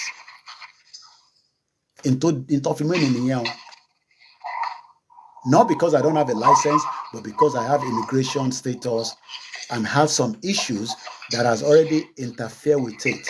I'm not going to go into all the details. And for that reason, I was picked up. Alaye ìwọ lélẹ́yìí. Oyamabo. And that was how. But the good thing is, as long as you have a clean record, that is why many people in this country, they cannot come out and say, OLAYOMI KOIKI. Because I've never spent one day in the prison in 29 years I've lived in this country. Eba mute, sir. In 29 years I've lived in the UK, I'm proud to say it anywhere. I've never spent one day in the prison. You think it easy? But if you are one of those that doesn't have papers in the UK today, take good care of yourself to avoid anything, any slightest things that you and immigration go face each other. You might end up in Nigeria that is not working. You think because Igboho is wearing APC out, I'll come and tell you Nigeria is working. Nigeria is working for where? It's the security aspect that we need to secure our people. And I'm happy with that. Is Nigeria working? No. Will it ever work? Never. It will never work. It is not meant to work. The amalgamation was a fraud that was never meant to be. You expect Nigeria to work. They joke. Let me read quickly. This was published on the 19th of March 2026. I should more videos on this. Before we go, the last half an hour, we will ask for support as usual. It's normal. I'm not the only one on social media that, even those that are doing content, Pella. We saw Pella and Kata Efe was given car by e-money, Abibeko, making people laugh and all that. So, it's just the normal thing to do. It's ethical, but it's not a right for you to give. Fainted and give. The givers, thank you so much. Visa overstayer. I came with a visa, but I did apply before it ran out. Don't don't apply after it has run out. Apply if you know you want to stay in the UK before Kototon, Kotigben Kokon Wole. I could be an immigration consultant. Àbíkílẹ̀ ni mo wé ẹ̀gbọ́n mi. Experience pọ̀ àwa iná mi rẹpẹtẹ. You think say na joke? 15 years. I entered this country in 19. About pin our accounting, I'm a posita later. I get here in 1998, September precisely, Gatwick Airport, and in 15 years, I know if you travel. You think it's a joke? Only 20 years you want me to travel. 15 years, I no go back to Nigeria. After 15 years, I go back to Nigeria. When I Nigeria, I go down to say, mo kọ́kọ́ wò pé báwo ni gbogbo ibà ṣe rí báyìí tó ń rùn báyìí. Nígbà tó tọ̀ síbí kan. After 15 years, I returned back to Nigeria in 2015, if I remember, or 2016 or 15. I was shocked. So why do I now to come out and say, because Igboho is putting on APC hat, I will now come and tell you Nigeria is working. No. I'll be deceiving myself. It's a failed state. So just to wrap it up, because Mufeki will go a lot soon, and then maybe take one or more people to talk to us. I will come back and discuss about what Tinubu signed with Britain. But I beg you, club, British passport. This is the time to pull back a little bit. I'm not saying you shouldn't enjoy yourself. I went to club when I didn't have my papers, but I don't drink anyway. But not because I was a Muslim. But you have to live now in the UK because there's a lot of pressure. I want you to live here, raise your children here if possible, bring your family here. I went back to Nigeria in 2015 after 15 years. Do you know what 15 years is? 365 days in a year. And for 15 years, I not enter Nigeria. You can't tell me now say Nigeria good. You crazy. You think it's easy? Thank you to my blessed memory mother. May I so continue to recipe. So before we wind down, we'll still come back and do more program on this. But just to let you know, the high-profile diplomacy on even domestic dividends, Tinubu has engaged in a frequent presidential travel, maintaining a visible presence at the summit across Europe, the Middle East, Asia, and Africa. His trips and those of the senior officials have drawn criticism for their cost amid rising poverty, hunger, failing purchasing power back home. This is what Chatham House is saying. So if Chatham House can say this, who am I because Igboho has put on APCR to come and now say, Tinubu Baba, on Shisha? No, that one not concern me. The one we concern is give us security to protect and defend the land against the invaders. The foreign minister, Yusuf Tuga, has articulated a 4D foreign policy. Buhari did the same thing. Foreign policy, na lie. Buhari traveled all over the world. He even went as far. Buhari to see Brazil, a country. You remember when they say when the Igbo people in the Kano say Buhari was dead? He said, "No, I'm not dead. This is me." Eventually, he died in London in April last year or whatever. Nigerian diplomatic capacity has lagged behind his rhetoric. Ambassador, how did Tinubu even end up not having ambassador for a whole 4 years? Do you know what that means? A whole giant of Africa did not have ambassador representing Nigeria for the 4 years of Tinubu. It's no longer giant, it's ant of Africa. I don't think some of you understand, how we feel. You think it's because we're talking for... No, even if we're talking about Nigeria, Very Dark Man is in Nigeria. He criticized Tinubu every day. He's not been picked up. Maybe I should... Maybe I can't ask my building abroad. Donation, I think that is where the money is now. But mine will be in London. I need schools that I can get donation and go and repair the school. Then you can do it together. That is what Nigeria is. It's a Very Dark Man is coming out. He's dancing. Hey, Kimichi, see what I am doing. Is that a job of Very Dark Man? if it's not that a country is failed. Ṣé Burna Boy máa fún very dark man lówó kó lọ kọ́ school? Do you understand that nonsense? Is that the way? I saw DJ Copy during this visit as well. I saw one of the pictures that had DJ Copy. Has DJ Copy ever give money to any schools in London where she lives? With coffee renew school. Maybe I should tell DJ Copy to give me money so that I want to renew one school around Southeast where there are many Nigerians. Is that possible? Failed country. Madness. Mad people everywhere. Mad people all over the place. And you come here and talk about Igboho. Igboho children that are in Germany, they're in Canada. One of them has just finished his law school. We saw her graduated in Canada, doing very well. You want to compare that with all the private schools that are rubbish even in Nigeria?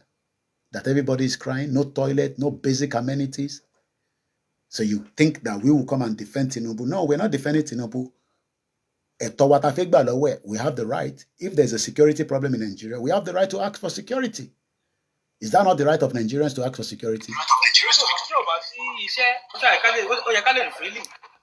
So, just to wrap it up quickly, according to what we have, investment welcome, but deeper trade issues remain.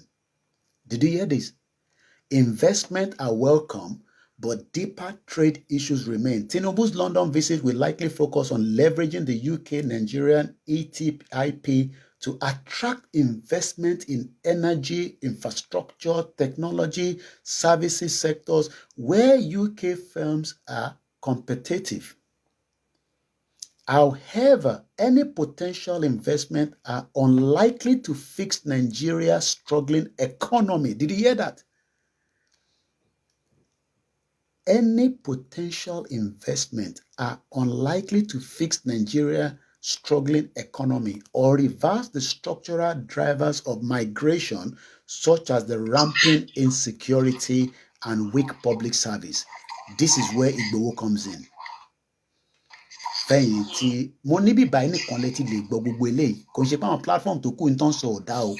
I'm not criticizing them, but lórí Koikimedia, you will get the exactly as it's meant to look like. Let me read that again. We want investment because when there's investment, I would rather want you to work. And many Nigerians don't have work ethics. Everybody just wants to live large. You don't have work ethics. Many of you are employed. You are criminals in that employment because you want to steal from that employer. You want to overrun the employer within 1 week. Why do you think many Nigerians in the UK are working 10 years, 15 years in one sector? And they're graduating, they're growing up, they're progressing, and they're being paid. And by the time my mother got a pension up to a debt, bomb bastard, and you're Mali. Your parents work for Nigeria for many years. They can't even pay their pension. They are dying in their old age in their houses. And some of you are coming out now watching Dawosi Yainlowo, Dawosi Baba Yainlowo. When the government is meant to be taking, when that crazy one, ito jiwo ni jose owo pension. Again, what is that name? And please subscribe to our channel and become a member as well. So we want to go out quickly. So let me read that again. However, with all this investment that Tinubu wants to bring to Nigeria, there are still potential investment are unlikely to fix Nigeria's struggling economy. Shell Lumawa fix the Nigerian economy. Who wants to come and fix the Nigerian economy when you have insecurity? Yes, Minor, could it badge for any to comment here? Rashid Minor stole the whole pension fund and took it to Niger, just like Dukbo Onitiri and Black Lion. Do you know that they took Yoruba Nation or Ominira 2022? Their money, all our investors see Niger. Kò ní dá fún Dukbo Onitiri àti Black Lion. Wọ́n gba owó lọ́wọ́ àwọn ọmọ Yorùbá. Wọ́n lọ dá oko sí Niger. Can you imagine? Bomb bastard all over the place. Ọ̀rọ̀ kún nínú mi tí mo fi sọ, mo fi máa yọ díẹ̀ ni. Let's quickly finish this up. Mo ṣì máa wá ṣe analysis eléyìí dáadáa. Mo ti ṣe dáadáa fún yín tó. because number one is late and I'm also almost getting tired. Ẹ ṣé gan ni fún, Rashid Minor that stole pension fund. Just before we go, the UK-Nigerian trade is significant, but not a top tie. It's significant, but let's look at it. It reached about 8.1 billion pounds in the figure of 2025. That is probably from Yorùbáland, a few from Port Harcourt and River, due to the crude oil. That is about 11.4% on the preceding year. Nigeria is UK 36th largest trading partner. Why should we be number 36 if there's not insecurity in the land? If there was no problem of security, a lot of us will go into cocoa farming and we can export it to UK and we'll make more money. Do you agree? But because there is not option of that anymore, everybody has now become Okada riders. I was in Nigeria recently. So a master, I did offline interview with not thousands of people, but the few I did with, Mori Baba Konto Utigilese, and he's still doing, àwọn tó ń wa cab láti fi gbé àwọn materials, àwọn irin tó lọ rà lọ́nà Dọ̀pẹ̀mú. You can go there and ask them. I was there with them. I sat down with them. I was in Lagos. I did offline. Bọ̀bọ̀ kan bí tí mo ti ń ṣe mọ́ fídíò tí mo ṣe lórí pedestrian bridge yẹn. Ẹ ṣáà ti wo fídíò yẹn, lára àwọn fídíò ni mo kọ́kọ́ release about 2 weeks ago, where I was on the pedestrian bridge. As I was doing that video, a young man, Yoruba man, came up to me. Kì í fóun ní kankan. Mo kọ́kọ́ fẹ́ sọ pé no. Mo ní kí ló dé tí kò níṣẹ́ lọ́wọ́. Thank you so much, Ìyáwá Christina. Ní òun kàn máa ń jama, òun máa ń bá wọn gbẹ́rù. I wanted to do a short interview with him. Mo kàn wò pé no, kò necessary. Ọmọ Yorùbá wọ́n ti di alágbe lórí ilẹ̀ wọn. Alágbe. Báwọn kan gbádùn bí kò mo débi tí mo ti lọ jamala.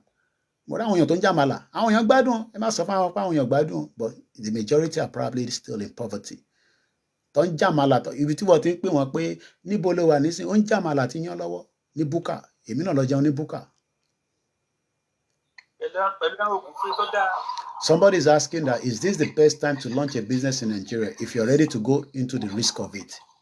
It's not for me to answer. So, if you want to invest in Nigeria, I'm not going to advise you not to invest in Nigeria because you're going to help somebody at least out of the poverty, but you have to prepare for the risk. So just to conclude it, because it's almost 5 minutes past 4 in the morning, the UK, from what we heard, Nigeria is number 36 in the largest trading partner, with the balance of trade in the UK favor. In comparison, Nigerian trade with China is about $22 billion. That's about 16.5 billion.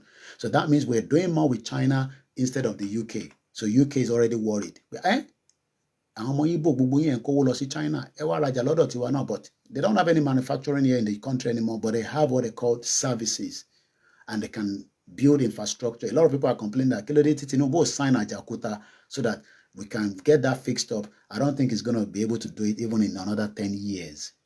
That place is completely rotten, damaged. And that's why UK will import all the steel, by the Amolowo Indian here. They will import the steel to the UK. Comment blank on your corner here. Dangote will be able to resolve the fertilizer. Fertilizer, OT fix it, local government. How many fertilizer can Dangote produce for Nigeria? Come on, so just to conclude it, security cooperation. Security should also security should also be a key focus of the visit, which is what Igboho is asking for now. Nigeria remains locked in conflict across multiple fronts. Do you hear that? Conflict across multiple fronts. As you are fighting Lakurawa, you are fighting ISWAP, you are fighting ISIS, you are fighting this, and you are also fighting fake drugs, fake products. It's part of insecurity, because ijo to ba ti lo paracetamol to get fake, you are already security trouble. Maybe you don't know that. I can give my family proper paracetamol. I took a lot back home. I gave it to them. Mora big pack mo pin fún wọn. but èèyàn mélòó ló lè gbádùn bẹ́ẹ̀? Ṣé gbogbo yín ni máa ra paracetamol fún? Mélòó ni èmi ti máa ra paracetamol fún yín? It's just part of the problem that we're talking about. So the jihadis insurgency in the northeast continue while organized criminality and kidnap plague the northwest and central Nigeria. Nigeria still rank number 6 according to the Global Terrorism Index. Ìyẹlẹ wá ń pariwo fún Ìgbòho. Mo ní àwọn tó ń sọ̀rọ̀ tẹ́lẹ̀ wọ́n go into the details. Mo ń padà bọ̀ níjọ́ mi. Mo gbọ́dọ̀ filẹ̀ bẹ́ẹ̀ yẹn. Ẹ̀gbọ́n mi ká tó máa lọ bá mi kí àwọn èèyàn wa so that kémi náà lè fi the last few minutes ká fi béèrè fún support ká tó máa tẹ̀síwájú.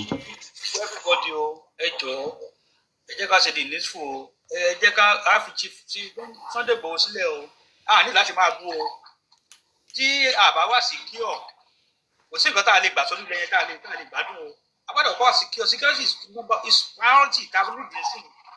These people keep on threatening us every day. And something must be done. And we can't continue like this. Okay. We can't continue like this. They keep on threatening us on Number daily basis. Nigeria. They're coming to attacking us. They're coming to do this. They're coming to do this. And we can't continue like this. Okay. See, we need to support Chief Sunday Igboho. Lórí ọ̀rọ̀ oní security. I need that support Chief. Lórí ọ̀rọ̀ oní security. Tó bá ti bá wa rí yẹn gbà. Káàtì ẹ̀kọ́ wà secure náà. Okay. Then we can talk about other things. Ọ̀rọ̀ wa, ẹni tẹ́ ń ṣe ẹ̀dúnṣà kàkàkà sí Chief ẹgbẹ́ nu ìdákẹ́ o. Ẹ ò fẹ́ kọ́ lọ́n bínú sí yín. Ẹni gbogbo nǹkan ló ti bàjẹ́. Gbogbo nǹkan tó ní sílẹ̀ ló ti bàjẹ́. Nígbà tí òfin sí pé. Ẹ ṣé gan ni. For 5 years. Thank you so much. Ẹtú wa ń fẹnu ṣàkàṣàkà sọ̀rọ̀ sírú èèyàn bẹ́ẹ̀. Èèyàn kú, orí ẹ̀ ni mọ̀mọ́ ẹ̀ kúlé lórí. Orí ẹ̀ làwọn ẹgbẹ́ ẹ̀ kúlé lórí. Orí ẹ̀ làbúrò ẹ̀ kúlé lórí. Ẹ jẹ́ kó rí yín pé. Ọ̀rọ̀ mo nígbà yín nìyẹn o. Thank you so much. Ẹ ṣé gan ni. Mo kí bàbá wa tí wọ́n bá wa dá sí ní alẹ́ yìí. Ẹ ṣé gan ni. Thank you so much. I will not be able to bring anybody more into the broadcast this morning. Mo kí gbogbo ẹ̀yin tẹ́ darapọ̀ mọ́ wa lórí Instagram. Mo kí ẹ̀yin brother mi àtẹ̀yin sisters mi.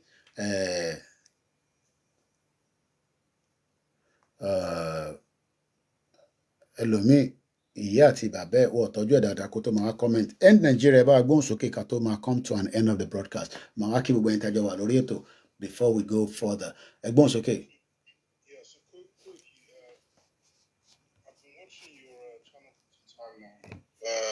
Couple of years, and I'll be honest with you, like, I don't know if you want me to speak about it, but speak about it. I'll be honest. Go ahead. Yeah, speak.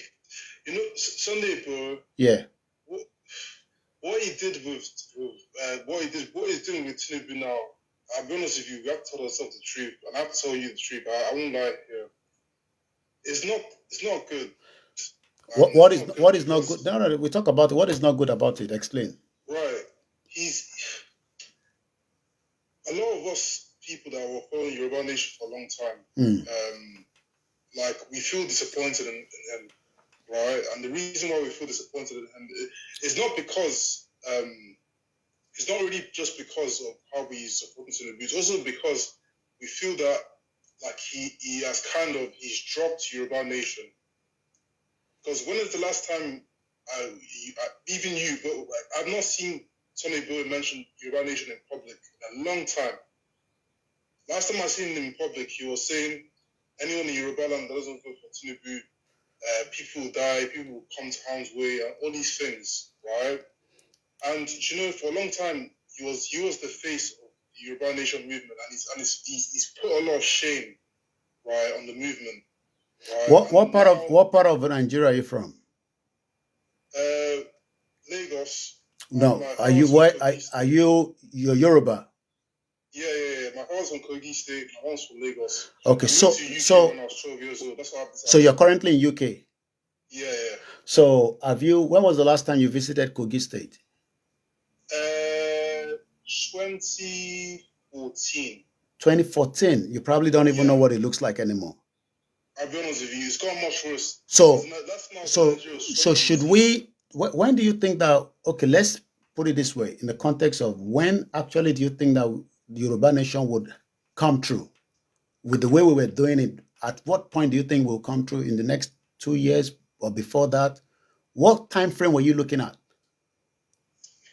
I'll be honest, when it first started, around that, and the end of Buhari's term, yeah, it was going very well. Like there was a lot of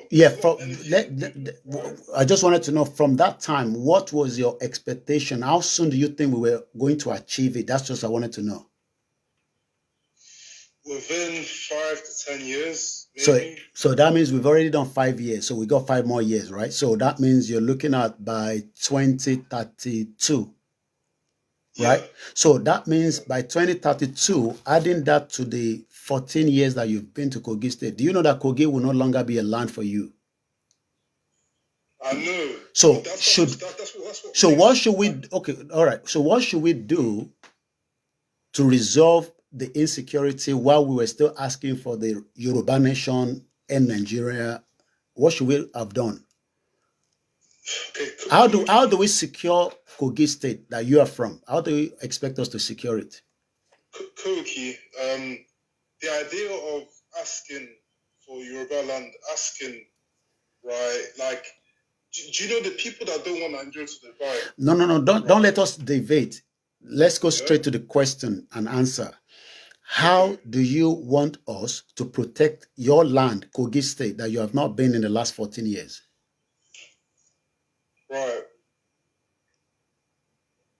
I'll be honest with you. I think we need to militarize. For me, we need to what? Sorry, militarize. We need to militarize. We need armory. We need guns. We need ammunition. To be able to do that. All of this. Okay, so how? We don't take it seriously. Well, the Amotekun that you're talking about is still under the government, either the state level as it is right now, right? So why do we have to use Amotekun? Because if we don't believe in one Nigeria, we should have just left it without asking for Amotekun to do it. Right, but the issue is, Koiki, what is the current momentum? What is Yoruba Nation? Let's leave Yoruba Nation for now. I want us to clear out the insecurity, because Tinubu is not doing it. So if Tinubu is not doing it, and we now have somebody that wants to do it, should we allow him to do it and then get him, abused because he's campaigning for one thing, but now that he wants to secure Kogi State that you have not been in 14 years, you don't even know what it looks like anymore, because I can tell you that Kogi State is gone right now. I can tell you that.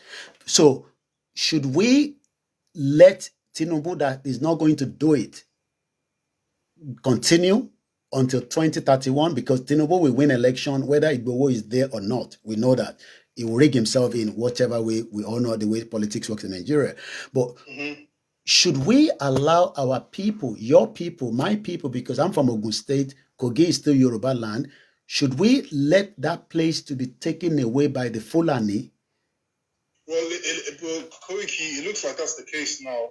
Yeah, but that is the case now. But that is the case that we want to stop now. If Tinubu finally approve and give Igboho what he needs with the Amotekun that is still part of the state government, they will still need the state police and the military because they're still part of the system. So it's not like Igboho will be the only one going after these criminals. That means we can take Kogi back, and maybe by the next 2 years you can return to Kogi. Don't you think that is good? And that means we will still have Yoruba Nation by 2031, because you also said it will take 10 years. And we've already done 5 years.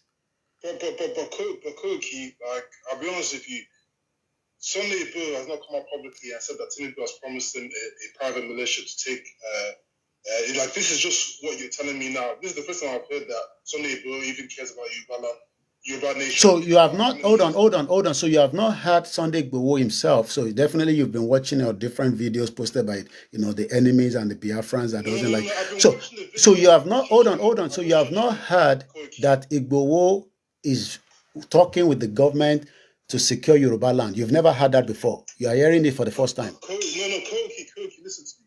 I've watched your channel. Even when he came back to Nigeria, I watched him at Kohol. I watched him when he was visiting all the monarchs. When he was asking the monarchs to help. Yeah, but that has changed now from visiting the monarch. That is last year, July. Right. We are now in 2026. Igboho returned back home only in just this year. And from this year, he has spoken clearly about the insecurity that is expecting to get, and then we can start moving in to secure the highways, the bushes, and people can go back. So you've not heard about that at all? No. Okay, so now I am telling you, hold on, because I am the spokesman. Whatever you are listening to outside might not be in what I'm going to tell you. So it's either you want to listen to me, or we can continue back and forth. Igboho is asking for security from President Bola Ahmed Tinubu, and the reason why he has endorsed Tinubu is so that he can also be given the security to protect your Kogi, Kwara, Ogun. He's not going to be the only one to do it. We're also praying that Iba Gani Adams is given some portion and they can divide it so that you can also do whatever you have to do, even in Lagos or Kogi State. So what has that got to... Hold on. How do I invest in this? How do I...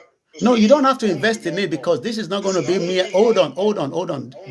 You are not going to... Hold on. Because you are going to be defrauded by some people. I'm telling you now, you're not listening. You are not going to invest in anything because the government would have to budget for the insecurity that they will give to Igboho to take care of. Because if somebody call you now and speak to you behind, you will give them money in Nigeria, they'll tell you they're doing security, and you end up being defrauded. I'm telling you this now. I understand what you're saying. So going back to the question, so why should we criticize Igboho? Well, nobody trusts him. Well, we have to wait and see. We don't trust him, but he has given Igboho the opportunity, the privilege to return back home, which Buhari never did. That's the first step, right? Right. So we might not agree with Tinubu. I don't know when you joined the broadcast. I have just told you that even the Chatham House state, like I read just now, that Tinubu cannot fix Nigeria because Nigeria is not fixable. It's impossible. So, but what we have to protect is our land. I'm not telling Igboho to go and protect Biafra land, Hausa land. I am talking about Kogi, Kwara, Ogun, Ondo, Ekiti. So if for that purpose is putting on APC hat, why does that have to be upsetting people? Do we leave security to be where it is right now? You have not been home in 14 years. So you don't even know what the situation is. Last time 9 years ago. So 9 years ago, if I tell you that 9 years ago, I came to UK in 1998 and I traveled through Kogi State to get my visa in Abuja. And as at that time, it is not as bad. I will never try it again to travel by road to Abuja going through Kogi State. So what we are saying is that as much as the way it has been projected, and the way it has been projected is because the enemies know that Igboho is fighting for a cause. And again, it's not just Igboho that is fighting for Yoruba Nation. I'm sure you know that. But Igboho is the face of Yoruba Nation because we have Professor Adebanji Akintoye, we have the Yoruba Self-Determination Movement, we have 64 groups that are still campaigning for the right to self-determination. So, but nobody's talking about that. But then, Koiki, one thing is that, let's say I take in this fact, right? Because even, let's be honest with you, traditionally speaking, the area on account of the Gani Adams, he's really the one who's supposed to be really... Yeah, but he's not doing it. Well, he's lazy. He's a lazy man. The guy's a womanizer. I don't know about that. I don't know about that one. Yes, don't come and put me in trouble here. You are the one saying that. I don't know about that. Anyway. All right. And he's a lazy man. In the past, even before the Sunday Bill came out, what was he even doing? All right. I'm sure. This only started in 2015. I know what you're saying. We called him. We told him everything, but again, he says, you can't fight for Yoruba people, and that's where he stands. But he came out in a video. Let me put this to you. He came out in a video. Hold on. He came out in a video just a few days ago saying that he has 3 million people that are ready to fight. This guy's old talk because Koiki, the reason why I'm even worried now is because they're already in Oyo State, they're already in Ibadan. If you don't know. Oh yeah, they kidnapped people in a research center last week. I was aware of that. If you don't know, because like the whole thing, let's wait to 2021. By the time it's 2021, they're going to be in Lagos. That's why we need to. That's why we need the security architect to stop it. And I think if everybody is upset about Igboho, we must also consider that the security of our people is important. Myself and you were here in the UK, and we are likely not to encounter any insecurity. It doesn't mean that the UK doesn't have its own insecurity issues, the stab knife and everything, but we're talking about terrorists that are making life unbearable for our people. Thank you so much. I think we were able to balance the conversation because many people did not even know that Igboho is asking for security. It's just the way it has been portrayed. Nobody knows. And the reason why hold on, let me conclude this because I want to go now because I'm already tired and I don't want to start speaking like somebody that is drunk. The reason why I've not been out, my mother died in November last year. So I don't think, it would be nice of me to just come out quickly after he died. So I'm still grieving. So, but again, we must continue. So that's probably maybe a lot of people that are meant to speak to some of our people online, especially you are listening to me on Twitter Space. I hardly see anybody apart from me that is talking on Twitter Space. Maybe the other few people, but like I said, maybe that's why you didn't hear about it. And if you're listening to all the propaganda of the Igbos, let me not use the word Biafra, they are more propaganda than anybody. And we are not fighting for Biafra. We might have collaboration. Igboho is not fighting on behalf of Nnamdi Kanu. It's not. We had meeting with Nnamdi Kanu. I've said it many times. It's not 4 times. Igboho is not pleased with the way Nnamdi Kanu is kept in the Sokoto prison. But the Igbo people think that they can attack Igboho because he has joined APC. Igboho is a Yoruba man. Igboho is not expected to join Peter Obi because Peter Obi agenda, we know where he stands. Peter Obi wants Biafra, but he's speaking underneath. We know that Atiku has been contesting since MK Abiola, and I don't think Atiku will ever have the privilege, to get, into the presidency. If Sowore thinks he's going to get revolution, he should have got it before now, but nobody's going to give him revolution. So he can continue to attack Igboho one way or the other, and call him name. Yes, he can continue to do what he's doing. He's doing that based on the fact that he has put himself, like Dele Momodu, we are presidential candidate, we have AAC. When Sowore came to London, I have not known Igboho. Sowore was interviewed by me at the Star Radio UK in Croydon. I went with him to his hotel. I never get £1. I did it in the love that it was credible. So if what he's fighting for is one Nigeria, which what Igboho is not fighting for. Igboho is not fighting for one Nigeria, but he's fighting for the insecurity of Yorùbáland. So Sowore is just, rabble bubbles going all over the place. I have his private number. I communicate with him. So, but the fact that is coming to talk to Igboho and say Igboho cannot be compared with Nnamdi Kanu. Igboho was offered money in Benin Republic. He rejected it. So why would he now want to take money? Because he wants to return back to APC. So all this rubbish that Sowore is talking about, he can talk from bottom to down. Even his hometown in Ondo State has collapsed under the Fulani terrorist agenda. So, that is how far we can go tonight. Thank you so much, my brother, for the engagement. I'll follow you back, and if you still want to engage more, please, you can message me behind the curtain. But be careful. Don't send money to anybody in Nigeria. If you send money, they go use your money chop. Hey, kuru. People in Nigeria, where they enjoy you, but not thousands of them because, the sufferness is there. But be very careful because I know somebody will come and look for you and say, a little face that was security. Nobody will collect security money from anybody because we expect the federal government of Nigeria to budget for the security, and at the time Igboho will be given the full access to that. That is on that this morning. Thank you so much for everyone that have joined us. Please support us. Remember, this is still an organization. BBC is being funded by taxpayers' money. If there's no taxpayers' money, you cannot watch BBC. So that is about it. So, channel, we are not one. I don't know Igbo people. We not be one. So if you like, abuse me from now to thy kingdom come. I don't know you. If no be say Britain we call ẹranko àti ewúrẹ́ papọ̀ ní àti gbogbo ẹ̀ kò jẹ́ ká jọ wà rárá. Because we know the kind of people you are. But the ones that are okay, I still have love for Simon Ekpa. I have love for Nnamdi Kanu. But any Igbo say, APC, Koikimedia, I don't give a toss. I don't know your papa. I don't know your mama. You understand? We're not fighting for the same thing. You can fight however you want to fight. Nigeria is still existing in the southeast. You have not yet been able to take over your land. So that is a fact. So thank you so much, Mr. Waris Junadu.